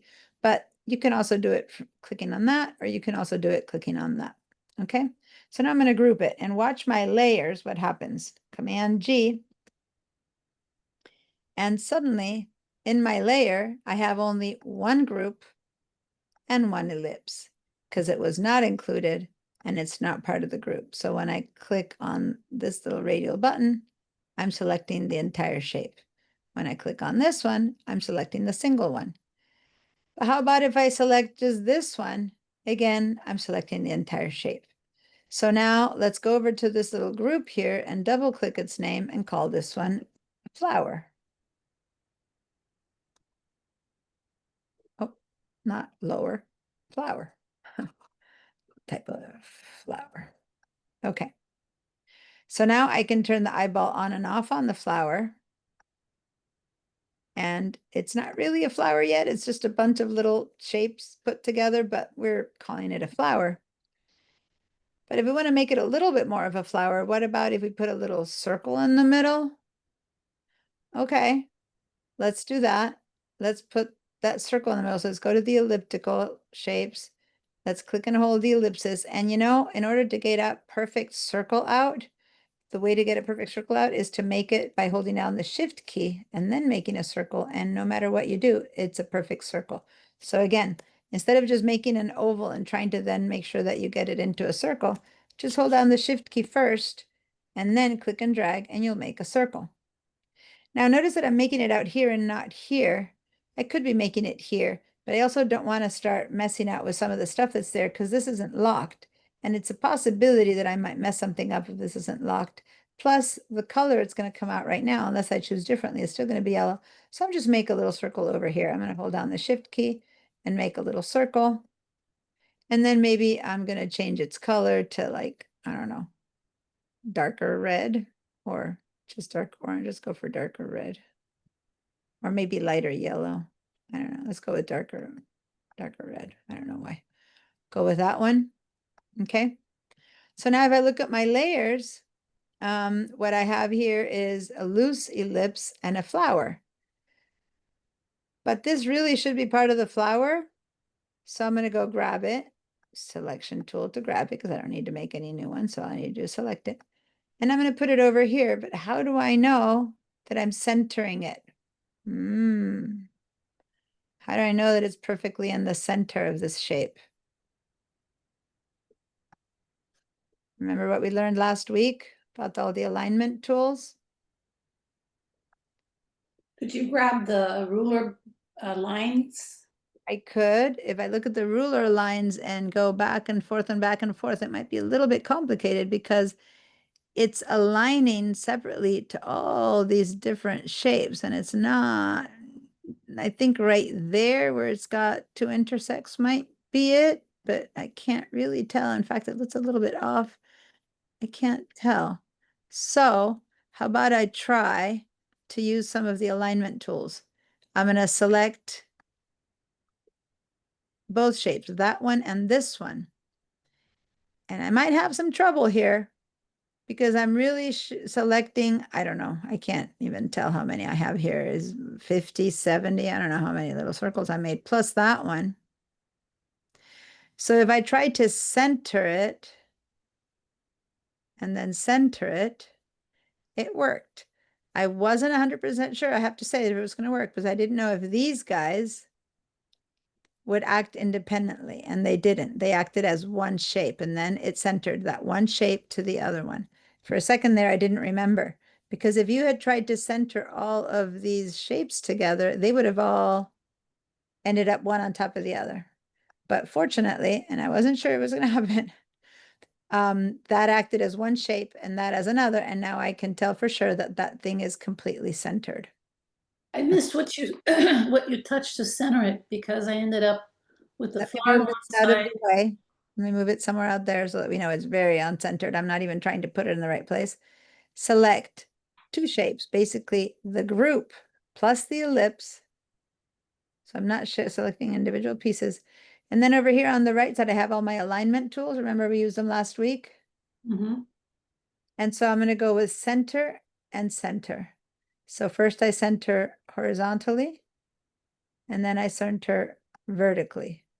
And after centering and centering, the set is now in the right place. Pretty cool. No, I Okay. didn't. All right. So let me stop my share and then you go ahead and show me your Let me find it for you to see.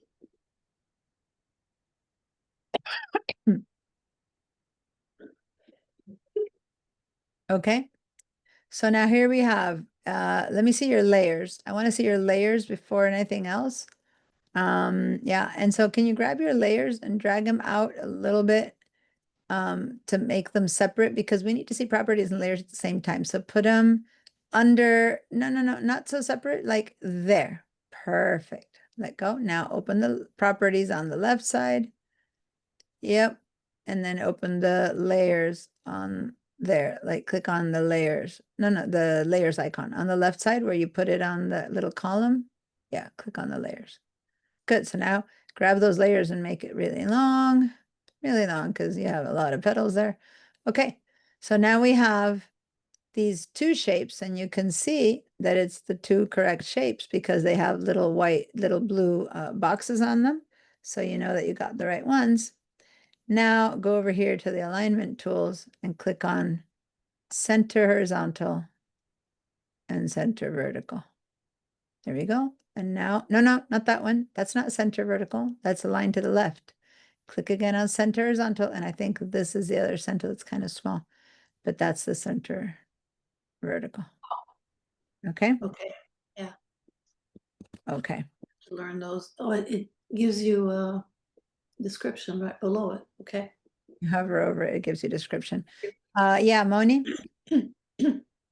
So I'm having something really weird happening. I can't seem to, it looks like I've changed the opacity, Share your but screen.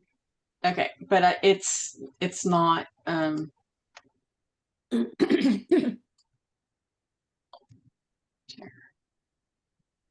okay. So see how light it is?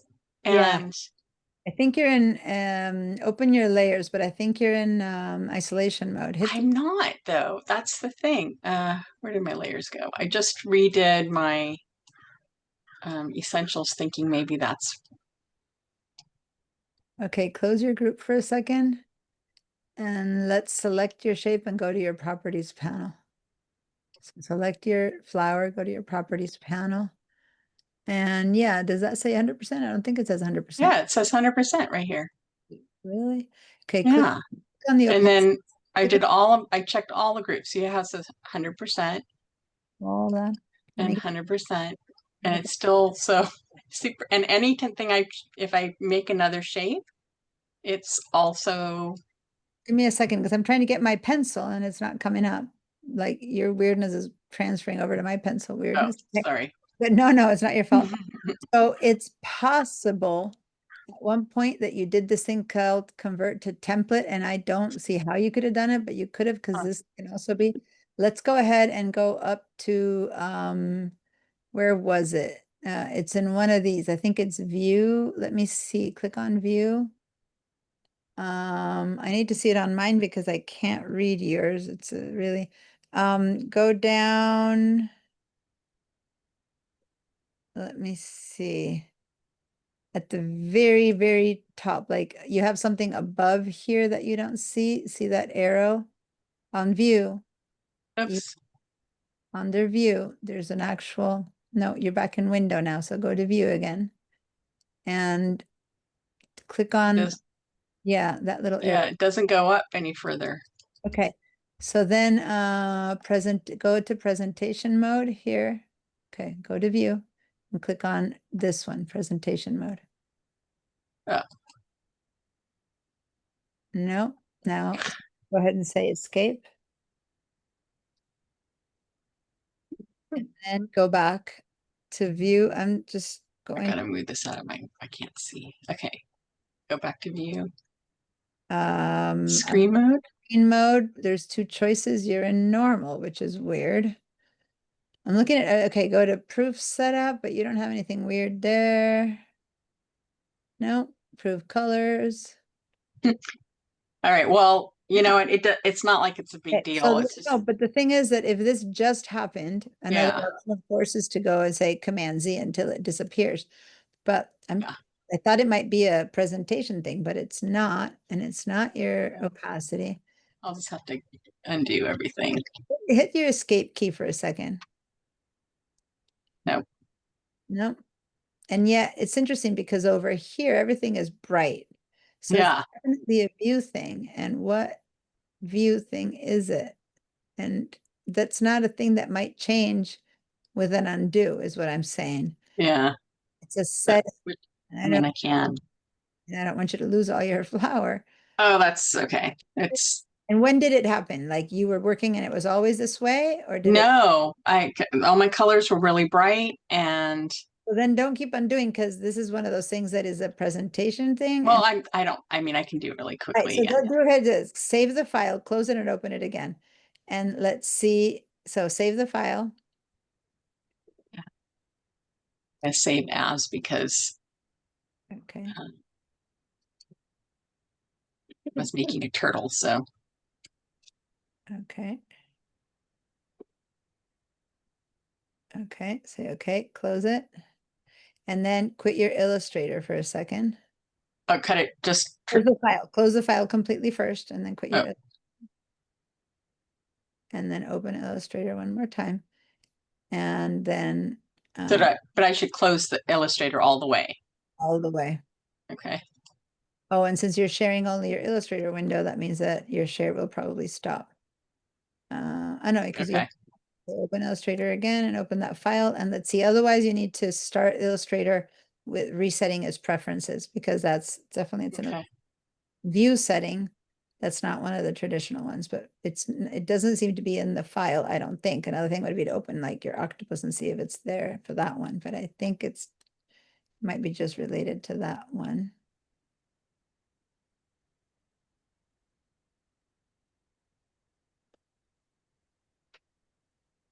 Yeah, No. it's still the same.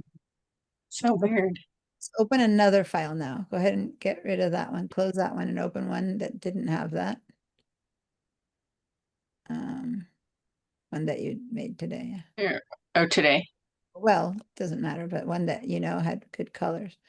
So was, if yeah, something happened to that file and I really don't know what to say right now, I would recommend don't work on it anymore because I don't know. It's something that's got to do with the view and yeah, okay.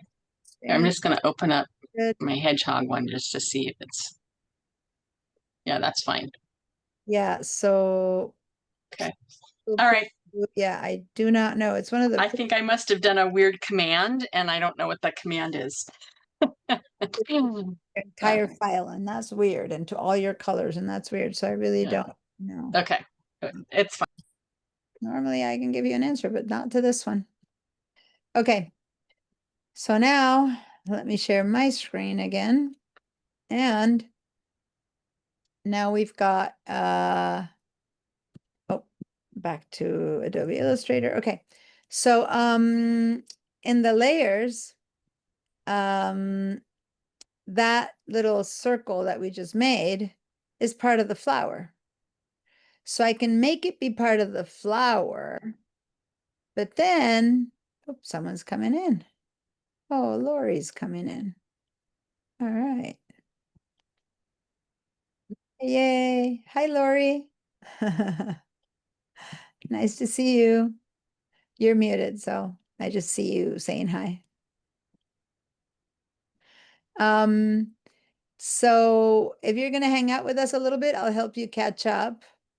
But then, you know, there's a lot of tools that we use that you need to watch the recording, but I can help you create something similar to this to do the part that we're doing right now. So Do you have Illustrator open and I can just give you like 3 shapes so that you can follow the rest of the class? You're muted, so I can't hear you if you're answering yes or no, or no, I'll just watch. No, no problem. Just go on with the class. I'm just watching. I will look at the video. I don't want to hold anybody up. So I just want to jump on. Sounds good. You open Illustrator, make Okay. 3 circles, and then let me know that you're ready. And with 3 circles, you can practice the thing that we're doing with many shapes, okay? Just to practice what we're doing. Okay. Okay, so back to this flower. I could, and just watch me for a second. I could grab the ellipse, and I don't grab it necessarily from there to select it. See how it didn't select by grabbing it from there? From there, I mean here from the layers, but I could just drag it down and put it into the group. So once again, to select the shape, because I want to work on it, I have to click on the radial button. But if all I want to do is move it, sorry, if all I'm trying to do is, give me a second because I was moving it out of the way. Okay, if all I'm trying to do is to get this ellipse to be part of that group, without even selecting it, I can just drag this and drop it inside of that flower, and you don't see that ellipse anymore. So now if I look, it's part of the group. And this is a little bit the answer to Vera, who was worried that if she made some fingers for her hands that she wouldn't be able to put in the group. Well, you can make 4 fingers now and then just drag them in and put them in the group. But here's the problem. By putting this little circle inside of that group, now the good news is I select this and it moves with the group. The bad news is that if I want to just change the color of the petals and not change the color of the center, well, it's all one group. So the whole thing's going to change as one, and I basically lose that ellipse. Does that make sense? Yeah. So maybe it should be part of the group, but it shouldn't be part of the group. So what am I talking about? Let me undo. Now, if you look at my layers again, now I still have it outside. It's not part of the group anymore. Now, you only want things in a group that you kind of want to be treated the same. And this circle shouldn't be treated the same as the petals, but it should move with the petals because right now it's separate and it's not moving with the petals. Does that make sense? So this problem that I'm trying to solve is the fact that I called the petals the flower, but really instead of petals, flowers, this thing should be called petals because it's not all the flower. Maybe I'm also going to add a stem. I'm going to add some leaves. So I'm going to go double click on the word flower over here, and I'm going to double click and I'll be much more specific. And I'm going to call this one petals. And this one, what's the name of the center of the flower? Is it stamen? What's the name of it? There's a name. Pestful? Is it the pestle? Written like that? Pestle? Or pestle, L-E? Or let's just call it flower center, center of flower. Because I really don't remember the official name of it. That's the center of the flower, and that's the petal. And now this and this together should be another group. Does that make sense? Like the overarching group flower is going to have inside a group called petals. And then it might hit another group called stems and leaves. Does that make sense? So let's make a group out of these 2. First, let's make sure that we change this into petals. This one into center of flower. The more you name things, the better. Later, it's all a bunch of circles and you can't tell the difference. Now we're going to select both. Again, I'm going to drag over there and select both. I can also select both by clicking over here and then doing the shift and clicking over here. And then I've selected both. And now I'm going to group these 2 and make a big group of both of these. And again, I can do that by doing Command G, or I can click on the word group over here, or I can go to my little contextual tab and click on it right there. And now I have one big group over here. And if I move it around, it's one group, but it's individual. It's got two separate pieces. And now I'm going to go to this group and I'm going to call this group flower. And I'm going to call it flower 1, in fact, because we're going to make a few flowers. So this is going to be flower 1. Remember Moni's hedgehog where she had 3 strawberries or 4 strawberries and it was strawberry 1, 2, 3. So this is flower 1. And now in flower 1, which moves as a flower, I can decide to change the color of just the petals by selecting just the petals, but I can't do it here right now. There's a way to do it here, but right now, if I select it by hand like this, I'm selecting the whole thing. And if I try to change the color, I will change still the whole color, right? So how do I select individual parts of this is by going to the layers, and now I'm going to select only the petals, which I can do. And change it again. I'm changing to some bizarre color.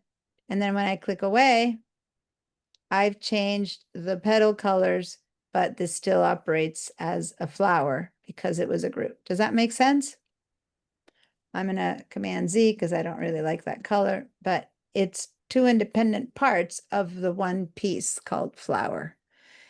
If you were able to do that, and if it's working well for you, give me a good old yay. Or a good old green check mark, which isn't so exciting, but it's still a yay. And if it's not working, or if you have questions, or you want me to repeat any part of it, then give me a no or let me know. Amberly, how are we doing? Hi, sorry, I had to step away because my car was about to get towed, so I missed about the last 15 minutes, but I'm catching up right now. I'm so sorry that did you get it towed or was No, no, no. Thankfully, I got out in time and I was able to move it. okay. So basically, we made one overarching group called Flower 1, but the one that we had called Flower is now Petals. And all those petals are in there. I double clicked and changed it to petals.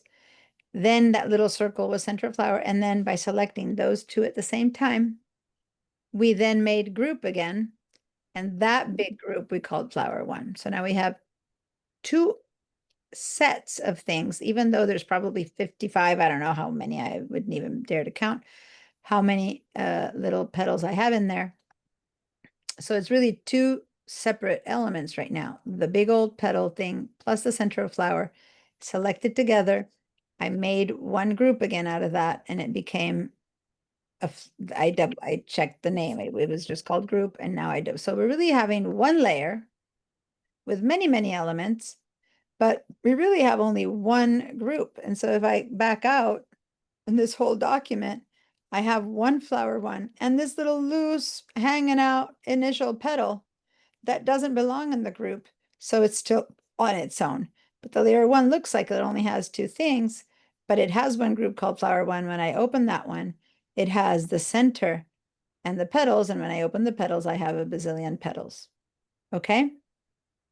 Got it. Thank you so much. You're welcome. Now, this shape is going to be one flower of many. So I'm going to go ahead and make it a little bit smaller. But if I make it a little bit smaller willy-nilly, I'm going to totally distort the shape. And I didn't want to do that. I want to distort it. I want to make it smaller, keeping its proportion. So I'm going to hold down the Shift key first. Then I'm going to make it smaller. And now it's proportionally the same. Okay? I'm going to zoom in so you can see it a bit better. So I did that by holding the Shift key and then moving the corner in. You can also move it from the side in. It doesn't matter. As long as you're on the Shift key, it proportionally becomes smaller. Now, one other thing I wanted to do to those petals is I'm going to give those petals a little bit of an opacity so they're a little bit more transparent. That's so that you can see those strokes a little bit more on the back side, and we'll see, it might look horrible, it might look better. So I'm going to go over here to the opacity. So I've selected all the petals at once by clicking on this, not the group. If I click on the group, I'm also including the center of the flower. Got it? I don't want to make the center of the flower more transparent. So now I'm clicking away and I'm clicking over here and selecting just the petals. don't necessarily need to make it more opaque or not, or transparent. I'm just trying to show you how to independently select parts of a group. So now that isn't selecting the group, that's selecting only the petals. Now I'm going to go over here to the petals and I'm going to just drag this down a teensy bit, I don't know, 80% or something like that. Right there, 80%. Maybe that 80% isn't that teensy. When I click away, it's not really enough to see that that other line, but if I put it over something, you'll see that it has become transparent a little bit. You see that? So right now we're going to go with it being a little bit more transparent. Maybe I don't need 80%. Maybe whoops, petals only. Maybe let's do 90%. Just a little bit transparent, and you'll see why when you start having a few more more flowers. Okay, so now let's zoom out. Again, I know that this is the most basic of flowers, that petal there doesn't work. That's not the point. Let's make a perfect copy of this whole group by dragging it out, holding what key, you guys? Option. Right, To option. that, yeah, hold down the Option or Alt key, and then click and drag, and here I have a perfect copy. And so now, again, let's explore our layers, and now I have 2 flower ones, and both are open because I had left them open. So now let's take the second one, double click the name, and call this one flower 2. And if I want to change the colors of independently the petals or the center of the flower, I need to use the layers, because over here, once again, if I want to change this color to be a second flower, notice that when I go to the fill, I have a question mark. Why is that question mark there? Because I have more than one color, so the appearance won't tell you which one is the most important one. It just says, nope, question mark, and that's because you have red and yellow. If I were to click only on the center flower, it gives me red. If I click only on petals, it gives me yellow. But if I click on the group, it gives me question mark. So now I'm going to double click question mark. No, sorry, I'm going to click on the question mark, and I'm going to make these maybe, I don't know, pink. And I only did the flowers pink. So now I have to click on the center of flower to make it, I don't know, blue. Oh, interesting. The wrong flower petals with the wrong center. That's bizarre. My flower 2 is the one that has the, so let's just, I don't know why this got, I've been going back and forth doing undo, redo, undo, redo, but the wrong center with the wrong flowers are changing. So I'm going to go ahead and I'm going to put the petals of flower 2. I'm going to drag them up to the petals of flower 1, and the petals of flower 1, I'm going to put them on here in the petals of flower 2. And now I've got them, I believe, in better shape, I think.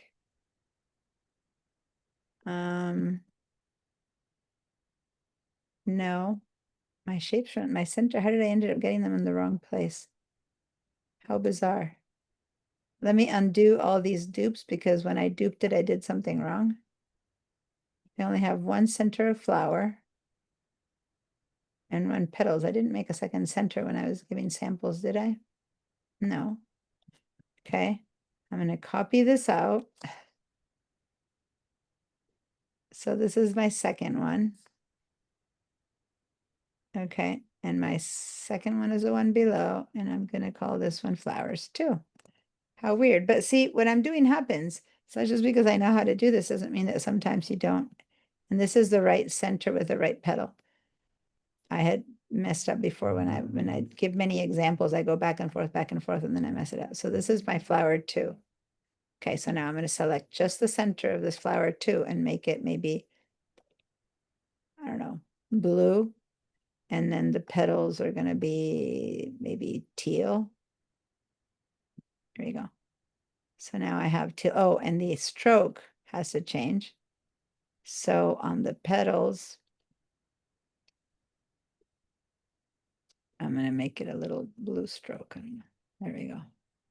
So now I have managed to change the flower independently based on these different layer choices that I can make over here. Does that make sense? Now, I'm going to teach you some better ways, but the yellow one has a bit of transparency and the blue one doesn't. So remember I said there's a reason I made it transparency, because you can see now the yellow one is the one that's on top. So the other one's getting underneath it. And so you're seeing this one a teensy bit. It doesn't, flowers don't do that, but just to show that they're on a different stack and that the top one is on top is the yellow one and this one. And if I didn't like that, I close my groups and I say, no, I want that one on the bottom. Well, I can just do and like that. Now I've moved the yellow one to the top one and everything that's inside of it goes. Now be careful when you do these movements, because look what happens. Just watch this right here. What if I were to make a mistake of dropping this a bit before and dropping into the flower? Where my shapes seem to be the same, but in flower 2, I now have flower 1 with center and petal. And this can happen so much that you make mistakes of things that you put in one or the other. The center of this one can go under that one, which is a bit what had happened before, right? So just make sure to, when you drop them, keep them separate, but it's not too terrible. All I need to do is grab this flower 1, drag it out again, and now I'm back to having it in shape. So these are eternally malleable. Does that make sense? So if you put the hedgehog's nose in the fruit basket, don't despair, just drag that little layer out of the fruit basket and drop it into face again, and life is good. Okay? Now, there's a better way to individually identify each one of these petals and stuff like that. But for now, if you manage to, using the groups and the selection, sub-selection of each portion of the group, if you've managed to color the second one completely different than the first one, but with all the petals as a group, the center separately and the stroke separately, then give me a yes. And I'm actually going to take a stroke off of that center blue center. It's going to have no stroke. And that doesn't work because now I don't really see it well. So I guess I'm going to have to give it a stroke again. So I'm going to not select that, because if I select that, I'm going to now get rid of the stroke for everything, right? There we go. It's gone. And how do you know it's gone? Because I clicked away. When you're clicking on it, you can't see that it's gone. So I'm going to not give it a lack of stroke to everything. I'm going to put the stroke back everywhere. There we go. I believe that was the stroke color I had chosen. Now, to see it, I have to click away. Whoa, no, that wasn't the stroke color I had chosen. Oh, it is a stroke color, but it's 1 point. Need to go back to the really thin stroke. And then I'm going to select just the center of the flower and give that one. I think I had chosen a darker one for this one. I don't remember. A darker blue for that one. I don't remember what I chose the first time, so it's not the same one as I did before. I think I had darker blue on the edges, but never mind. So I'm choosing individual independent parts and pieces. Okay, now let me look at the time. And oh yeah, we're doing good.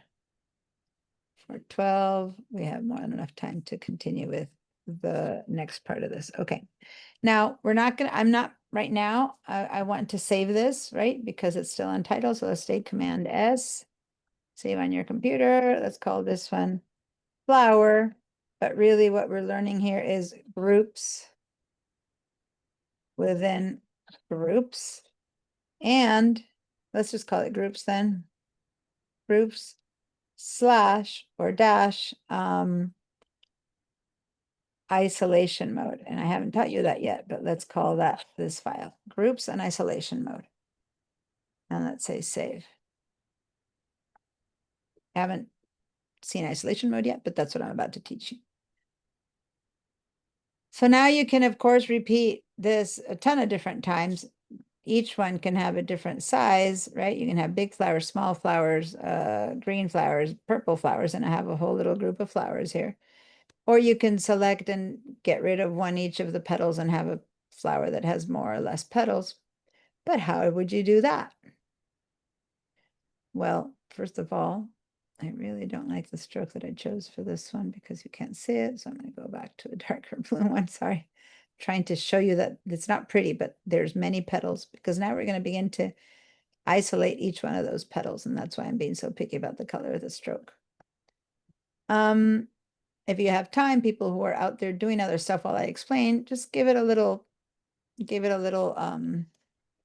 little stem, add some leaves, but for now, be aware that if I were to give this a little stem and add some leaves to this flower, they would go inside of the group of flower one, and then I would copy them and have to put those in the groups of flower two. You know, let's do that. Let's do a really quick stem and center so that you really can see. So we have more elements in here.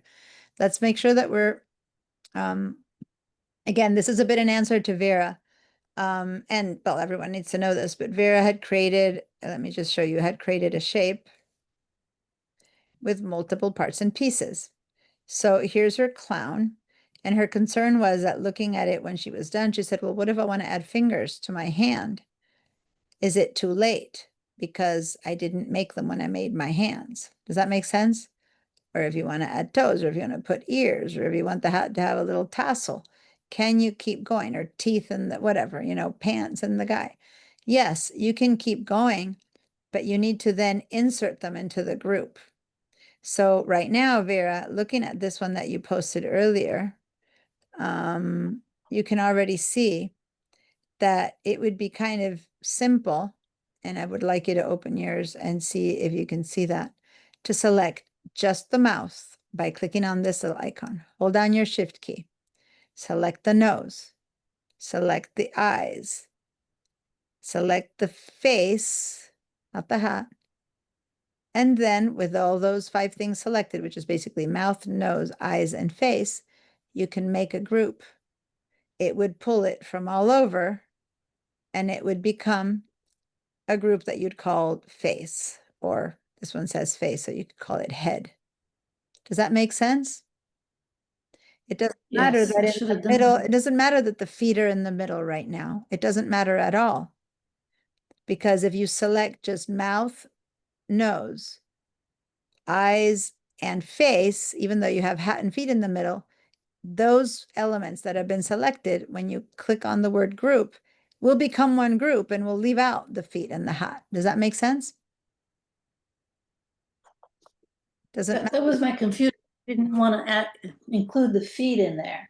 Yeah, you won't. You just need to select individually. So click on this little eye, and this is a photo, so we can't do it here. This is a screenshot, but you click on that little eyeball, hold down your shift key, click on this one. With the shift key still selected, click on that one. Then jump over and just click face, right?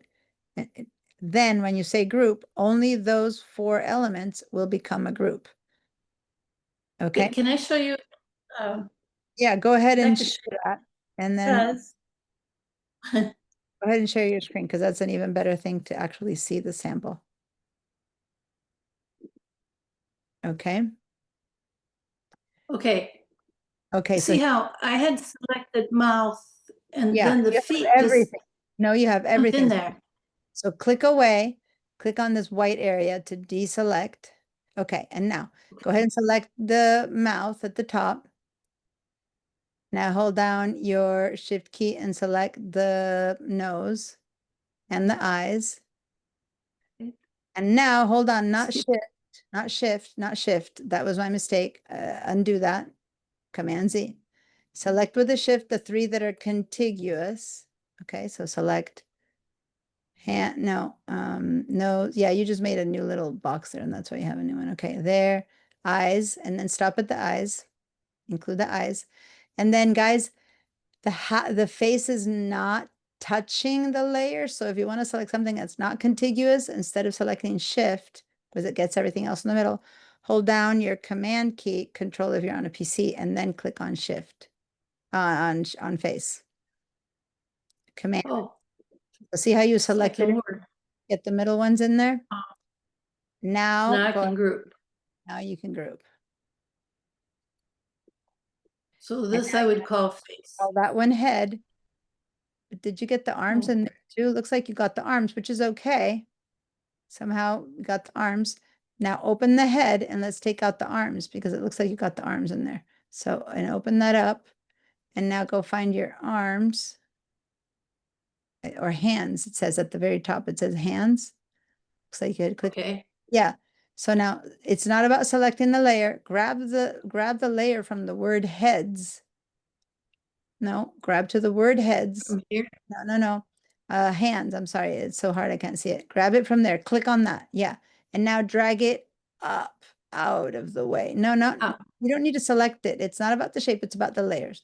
So grab it from there and drag it up out of the group heads. Yeah, more one up, a bit higher up until the line, keep going. There. Okay, do that again. And when you see a line, grab the word hands. Hold on. You're grabbing the head. You need to grab the word hands. That one. Drag it up. There. Let go. You've taken it out. See? So now your hands are separate. So now you can select your head separately from the hands. Okay. So click on the head. There it is. And if That includes all the parts. Okay. all parts. Okay. Now you could have done that without having to do those gentle selections by just dragging the right thing. So say that you want to include the hat in the head right now. Say that the head needs to go. Right now the hat is independent. Say you want to have it join it. Grab that hat layer, go over to the layer. Now we're just talking layers, not elements. So in the very bottom, like next to last, there's the hat. You don't need to select it. It doesn't matter. It's just, we're just working with layers. Drag it and drop it on top of the word head. Now you went above it, and I did say above it. I meant to say on top of, like inside or like under the word head. Yeah, so now you put it in the group. So now if you select that head and move it around, go into the picture and move it around. Yeah, move it around, and you're gonna move the head with it because you put it in there. Because you moved the layers. Now you go, no, I never wanted the hat to be with the head. Go grab the hat and then just drag it out again. Does that make sense? Yeah, and just drag it out and put it out. Like you'll have to go one under because that just put it at the bottom of the head. So take it out, and there, let go. And now the hat is independent from the head. And okay, does that make sense? Yes. You can manipulate your layers back and forth like that. And then you can now make fingers or hands or whatever, and then put them inside of the group with the hands, et cetera, okay? Okay. So there Thank you you. go. You're welcome. That was her first question that she had, and so I'm so glad I was able to help you with that. Okay. Before I share my screen, anything else? Any questions about layers and groups that you've been practicing around? Of course, notice that one thing I really want to make clear, I don't care if the stick figure you make is gorgeous or if the stick figure you make is barely identifiable. The fact that you're trying it is what makes you have a question that then you learn about groups, right?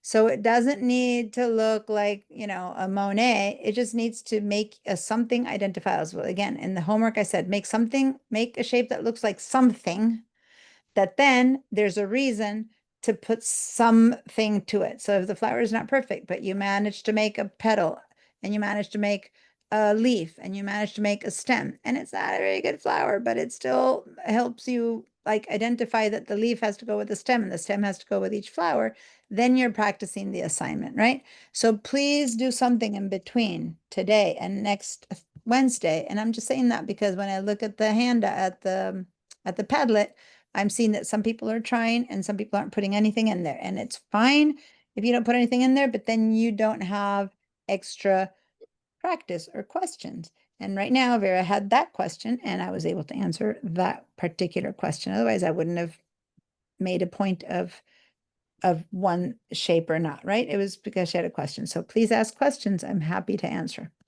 All right. So I'm going to share, especially, and this is specifically for this that I'm saying next is specifically for people who watch recordings like Lori. Don't just watch the recording. If possible, do the work and post it so that then you get to also have your reason to go, well, but this worked or this didn't work, which if you just watch, well, it all works when you're watching, right? Because we're doing it. So just make sure to watch and do as much as possible the days that you guys need to miss a piece. Okay. All right. So let's make a really quick stem, and I want to teach you a few other things more importantly than making a pretty stem. So I'm going to make a very basic stem. I'm going to make a long rectangle. So this is not even a very special stem. It's a long rectangle. That's all it is. And I'm going to make it green to be able to say that it's a stem. Okay, so we're not going with really pretty stem. We're going with basic rectangle. I'm going to have no stroke on it. And then it needs to go with this yellow flower.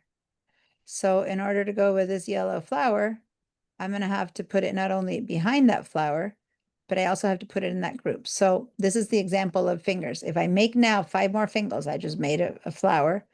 I'll now grab it. I'm going to double click it and call it stem. Poor thing.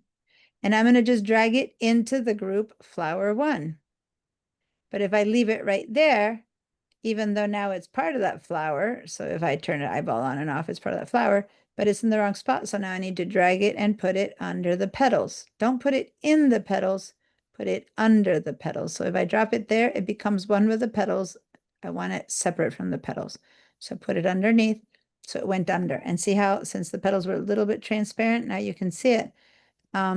So now I can select it independently and move it a little bit higher to go in there. So now I'm gonna not have leaves, but the point I'm trying to say is, okay, so now I have a stem with 1 flower, but I already made my second flower and it didn't have a stem and I want the exact same stem on it.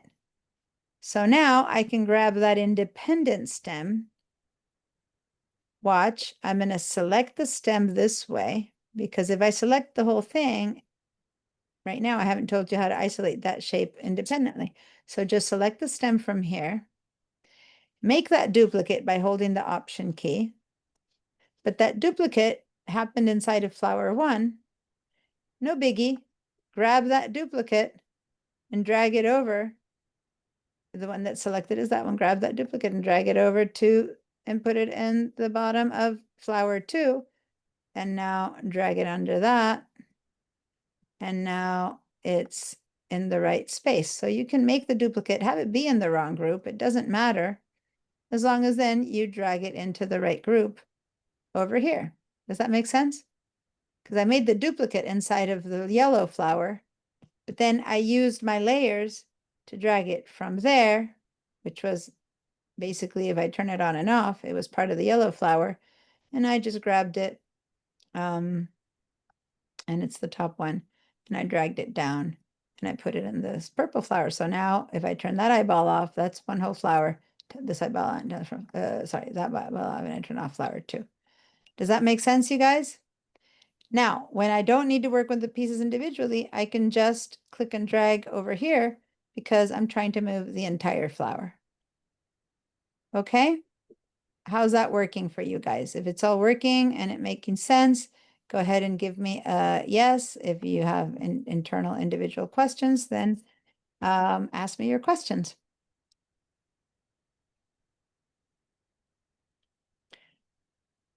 Okay, give me a yes if all is good. Mm-hmm. Not yet. Could you have a look, please? What did course. Stop my share. Go ahead. all right. So You gonna here's share my again? stem. Wait, no, Vera, I can't see you. I was sharing when you shared, so it canceled out. Now I stopped my share. You got to share again. I don't see you. Okay. Hold on. Mm-hmm. Here's my stem. It looks like it's on top, but when I Yeah. look for it here, I was only able to do one as you were speaking. And there's the stem. It's Okay. supposed to be under my petals, Yeah. but here it looks like it's on top. Because it's probably because your petals, you made them a little bit transparent. I don't know. Hit your escape key or click away, click into the white, normal, natural, middle of nothing so that nothing is selected.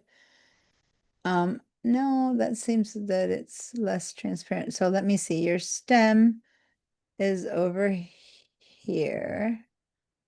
I see that, but it's inside of the petals group. Can you grab it and drag it above for a second, so it's outside of your petals group. Yes, okay. Now close your petals because you had it on top of all the petals. So it was the highest petal of all your petals, and that's why you're seeing it there. So now close your petal, that petals right there. Okay, like here, that, no, hold on. I need to erase it if you can't see. Hold on. Hold on. I've got a pink thing there that I can't delete.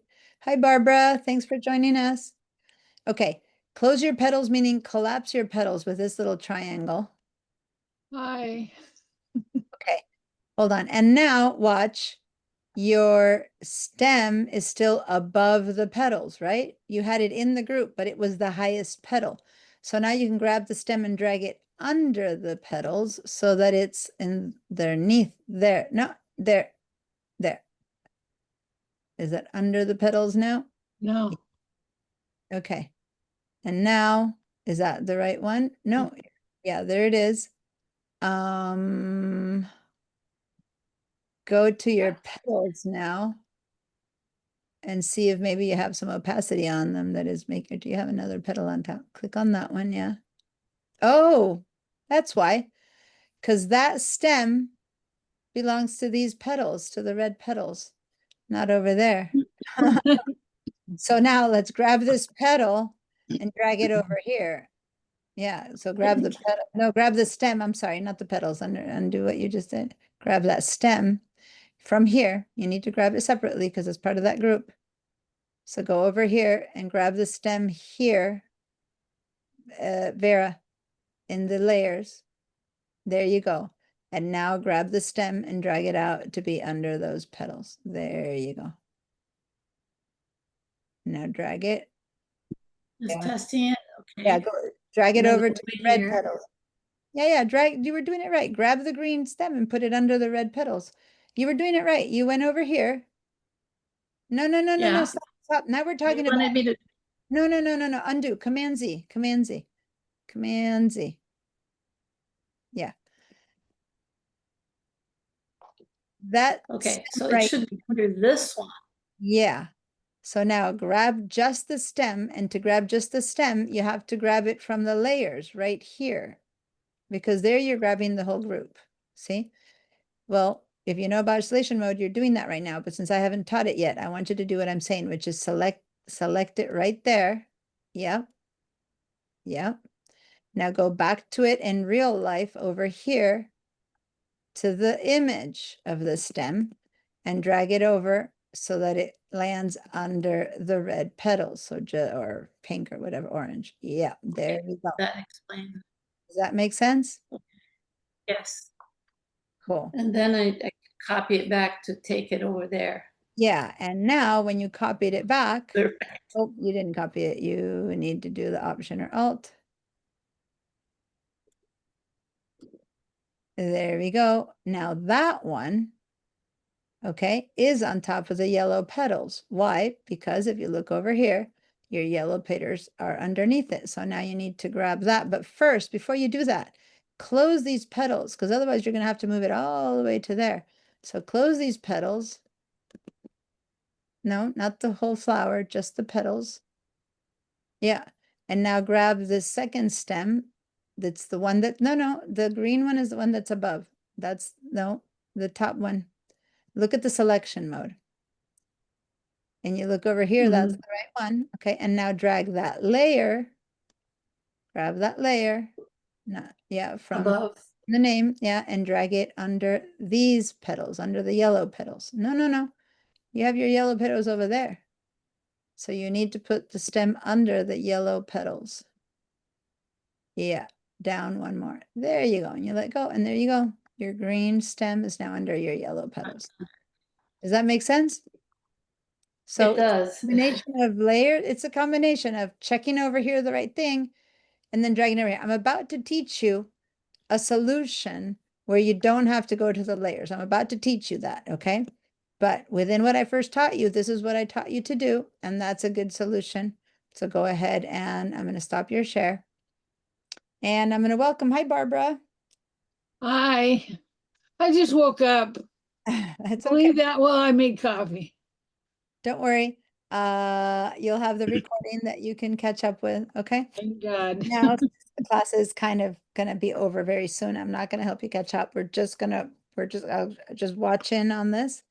And now we're gonna talk about isolation mode, which the concept is what matters. So Lori just showed up a short time ago, and Barbara, just concept is what matters on what I'm about to teach next, okay?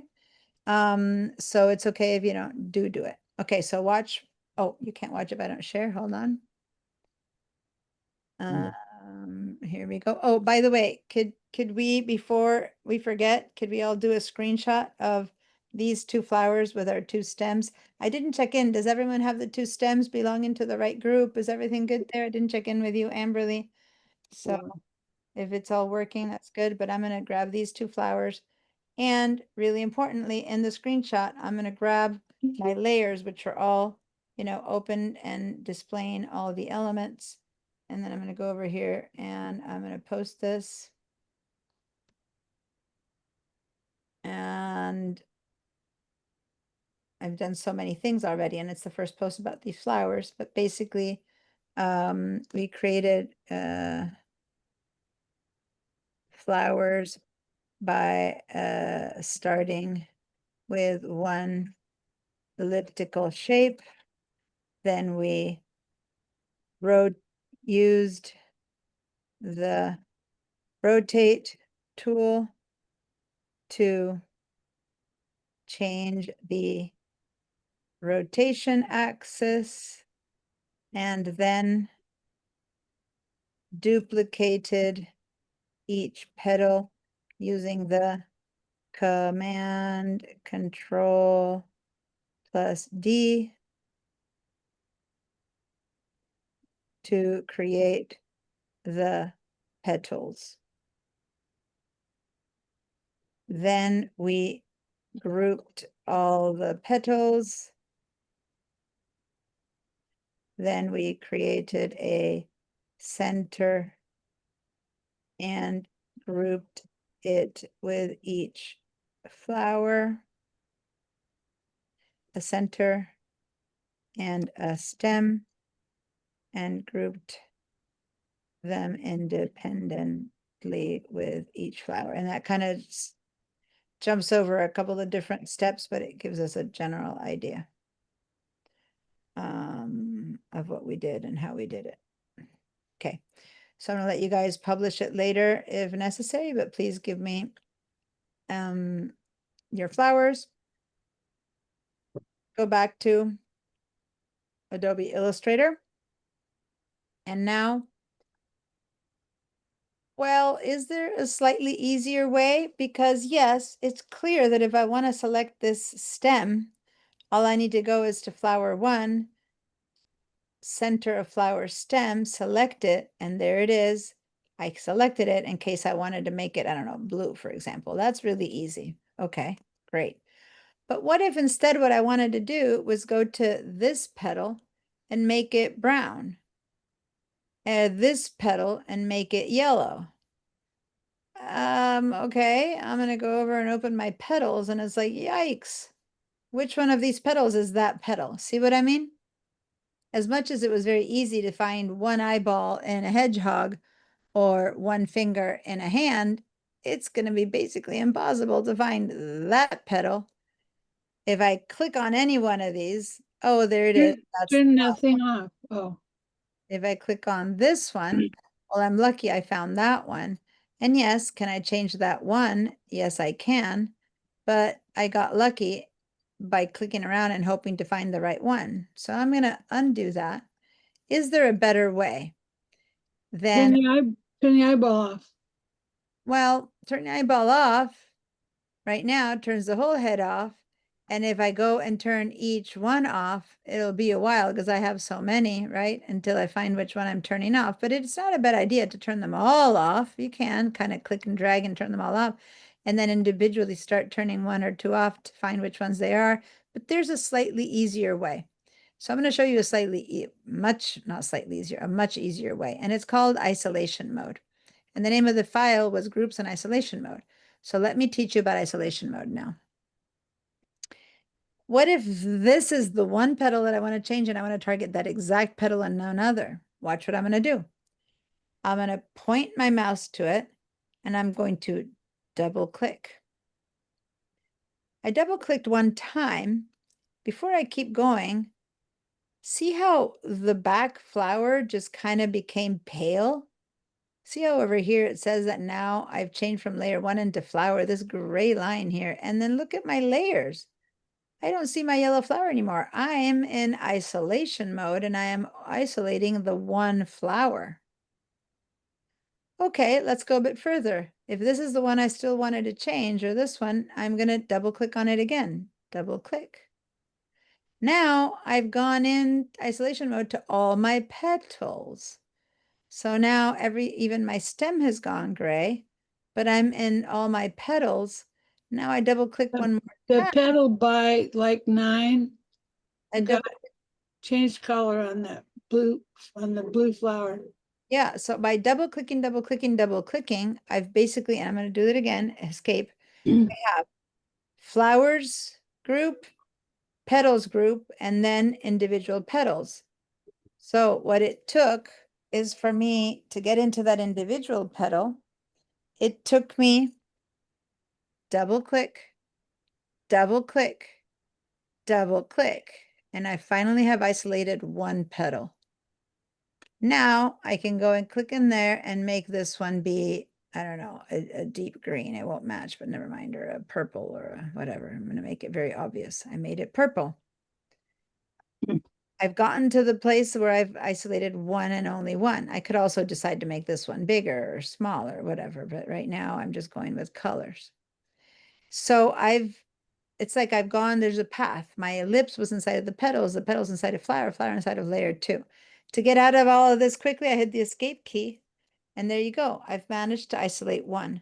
So now I can see how if I want to turn this one back into green again, instead of going to the layers and all that, I can just double click, double click, double click until I am isolating just that one, and I can go back and make it another tone of green. And I hit escape. And when I hit escape, I'm out of isolation mode again. And now I have changed it without having to go into my layers. It's important to know how to go into your layers because not always does isolation mode work. But now I can double click, double click, double click, double click until I get to that final one, double click, when everything else is grayed out. Now I'm going to make this one be, I don't know, pink, yellow. I'm going to go for something totally different, bright green. Not pretty, just showing you how I can, and I hit escape, and there it is. Now, what if I wanted to just go to the center point? I'll double click, double click, double click until it's the only thing that's colored, until everything else is grayed out and I have it selected. And maybe I wanted to make this one a bigger center point. I don't know, for this flower, I decided I wanted it bigger. And I want it to be bright yellow. I don't know, hit escape. I'm out. I was able to work on one thing of my group by double clicking. Now, if I hated that and I want to go in again, I'll double click, and as long as that is not in a group, so it's very quickly got in there and it's the only thing selected, then I can just do that right now and I don't need to worry, and I hit escape. So it doesn't need everything be grayed out. I need Diane, a that one. quick question. Yeah. Um, like where the 9 in like 9 o'clock would be, Yeah. when you do the 3 double clicks, it shows the whole eclipse or whatever, the whole petal. Yeah. Yeah, yeah. That one. That's because we made a very basic petal with duplicating shapes, so it's not really a good flower, but it's okay. We were just learning how to Okay. duplicate the shape. So yeah, I'm aware that that is not necessarily a very good ending to that flower, but I'm just trying to teach. It's okay. That was the ending flower. It was the last one that's on top of everything else. Yeah. Right. So Thank if you. I double click, double click, double click on that one until I get down to, oh, I have to go to that one, which is the offensive one. Maybe I can have some more fun by making it, I don't know, a different color and have it be purposeful. I don't know if that makes it any better or not, but there you go. And then the other one had one of those two over there. But anyway, that was just my example of trying to see how to make the rotate and all that. When you watch the recording, you'll see I was teaching rotating one shape 2,000 times, gave us a kind of a flower. But anyway, everyone, please go ahead and isolate some individual petals on one or the other of yours. And as long as the shape isolates itself, it doesn't have to all go gray. But by the time you get to the petals, for it to isolate itself, the rest will all go, not gray, but kind of ghosted. It will work that way. On the other hand, if you're doing the center point with just 2 clicks and then another 2 clicks, so everything else still has color, but I have isolated just that one shape because it's only one layer into the groups. Then I can go ahead right now and use it and it'll work, right? So it doesn't need to all go ghosted out. You just need to double click until the shape you're targeting. Now, when you're trying to double click from down here for these petals, it doesn't really work because you're clicking on so many petals at a time.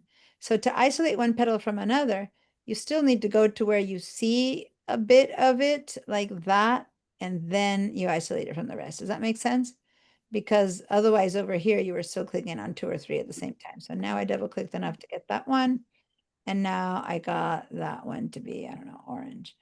Now I can back out gently. If I don't want to hit escape and start from the beginning, I can just back out over here just to the petals again, click on petals, and then choose one other petal. And then I clicked on that petal and I make that one that color. Oh, that one's already got one of those that color. And then I go just back to the petals and then I select this petal, right? That may be one that I'll see later because those I won't see because it'll be hidden by the yellow one. So I'm going to go to that petal. So see how I can also just be within the group in a way that doesn't become so grayed out. And that's because I'm in the layer petals and then I can choose each one and work on them independently. Oh, cool. Make that one deep blue. Okay. Now when I'm done and I don't want to change anymore, I hit my escape key and now I see everything else. So if this worked and you were able to do that with isolation mode, get yourself into some isolation mode and double click and double click and double click till you're in this meet and then do a screenshot of that and include this set of instructions up at the top left and include your layers so you see that you're in isolation mode of just the one leaf and then give me that screenshot of isolation mode and then hit your escape and you get completely out of it. And then we're going to post that. And we're going to go ahead and do, this is isolation mode. To enter a group, in order to change only one element of the group, the easiest way, and one element of the group that's identical to others, it's very hard to use the layers panel because they all look the same. So the solution is to enter isolation mode by double clicking repeatedly on the target element until everything else ghosts out and you are left with only the target element that you can now change to another shape or another color, etc. Hit the ESC key to get out of isolation mode. The escape key. And I'm going to post that guy up there and publish. Okay. Very cool. Now, if I were to want to enter isolation mode with any of these other elements, and by double clicking, double clicking, double clicking, I'm not going to bother writing, but you know that as long as you get this far, I can't just, I don't only have to just change the color.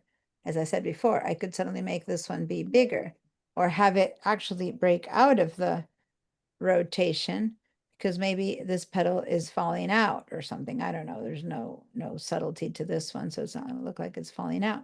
But we could move it. We could change it, which we could make it smaller. So it's not just changing the color. It's doing whatever I want with it that needs to be done. So this one can have maybe look brown. It's falling out or something like that. I don't know. Or there's some effects I can apply to this that I haven't told you about yet, but I can have it be withering or change it in color. Right now, we're using the elements that we know, which is just the fact that it's changing color mainly, okay?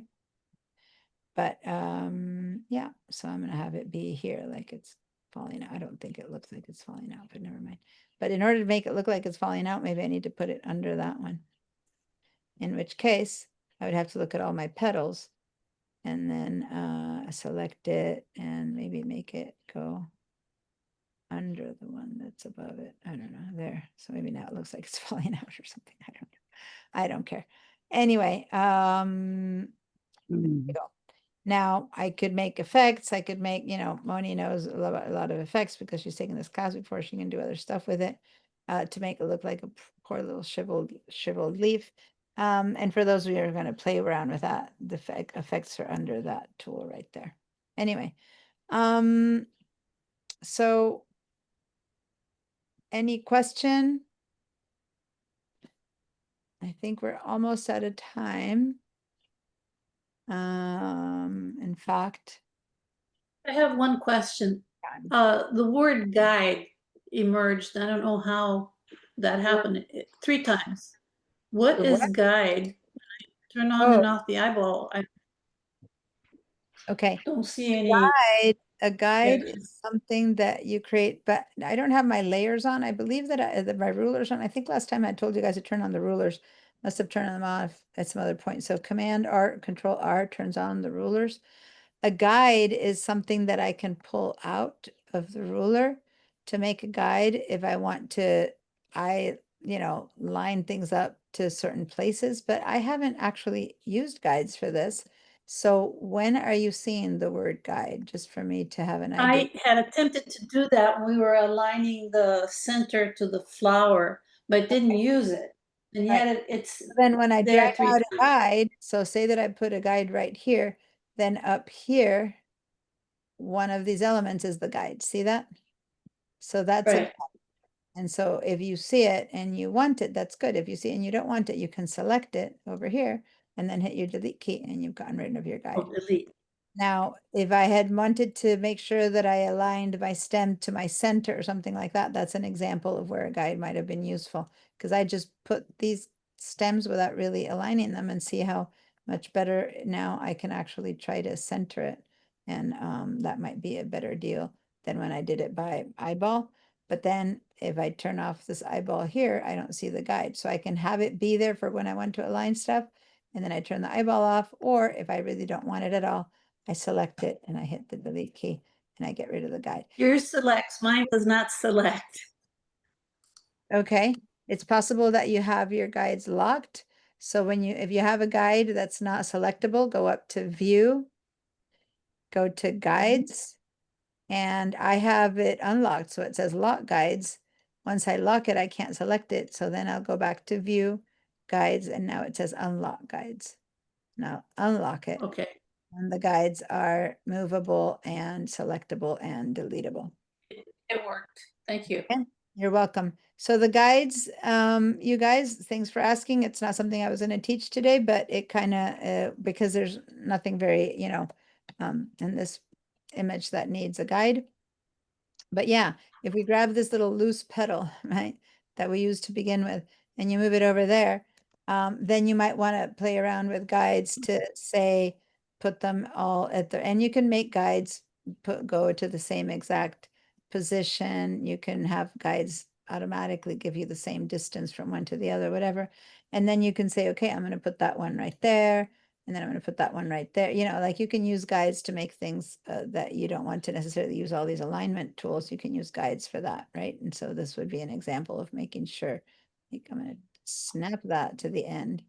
And then this guide will snap to that, and this will snap to that. And now I know for sure that these guides are all, even if I now grab and hide these guides, I can know for sure that I have laid them in a way that that tip is at the same place as that one, and that tip is in the same place as that one, because I had some guides to show me the way. Does that make sense? That's a quick little of a use of guides.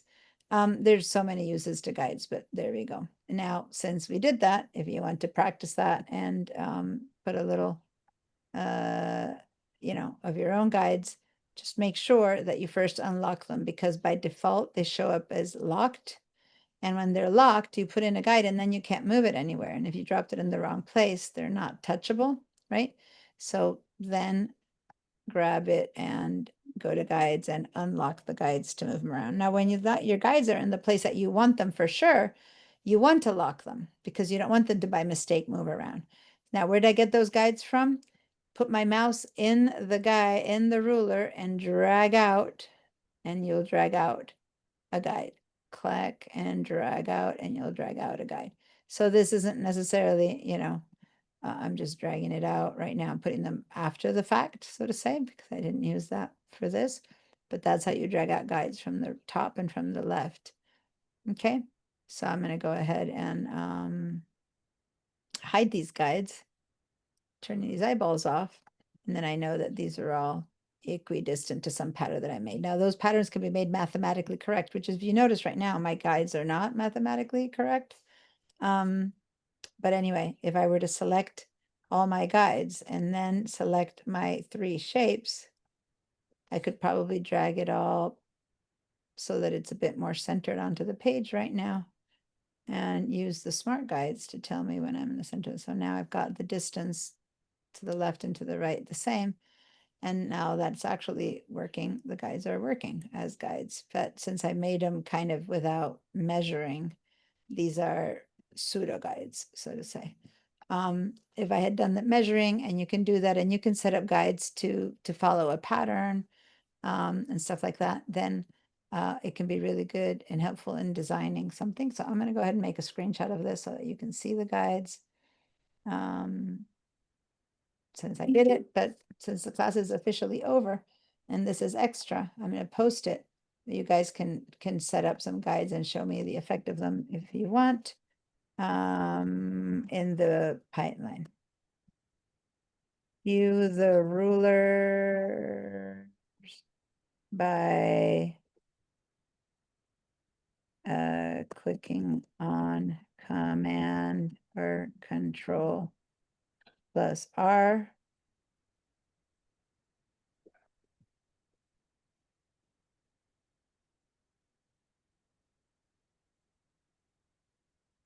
Click and drag a guide from the ruler.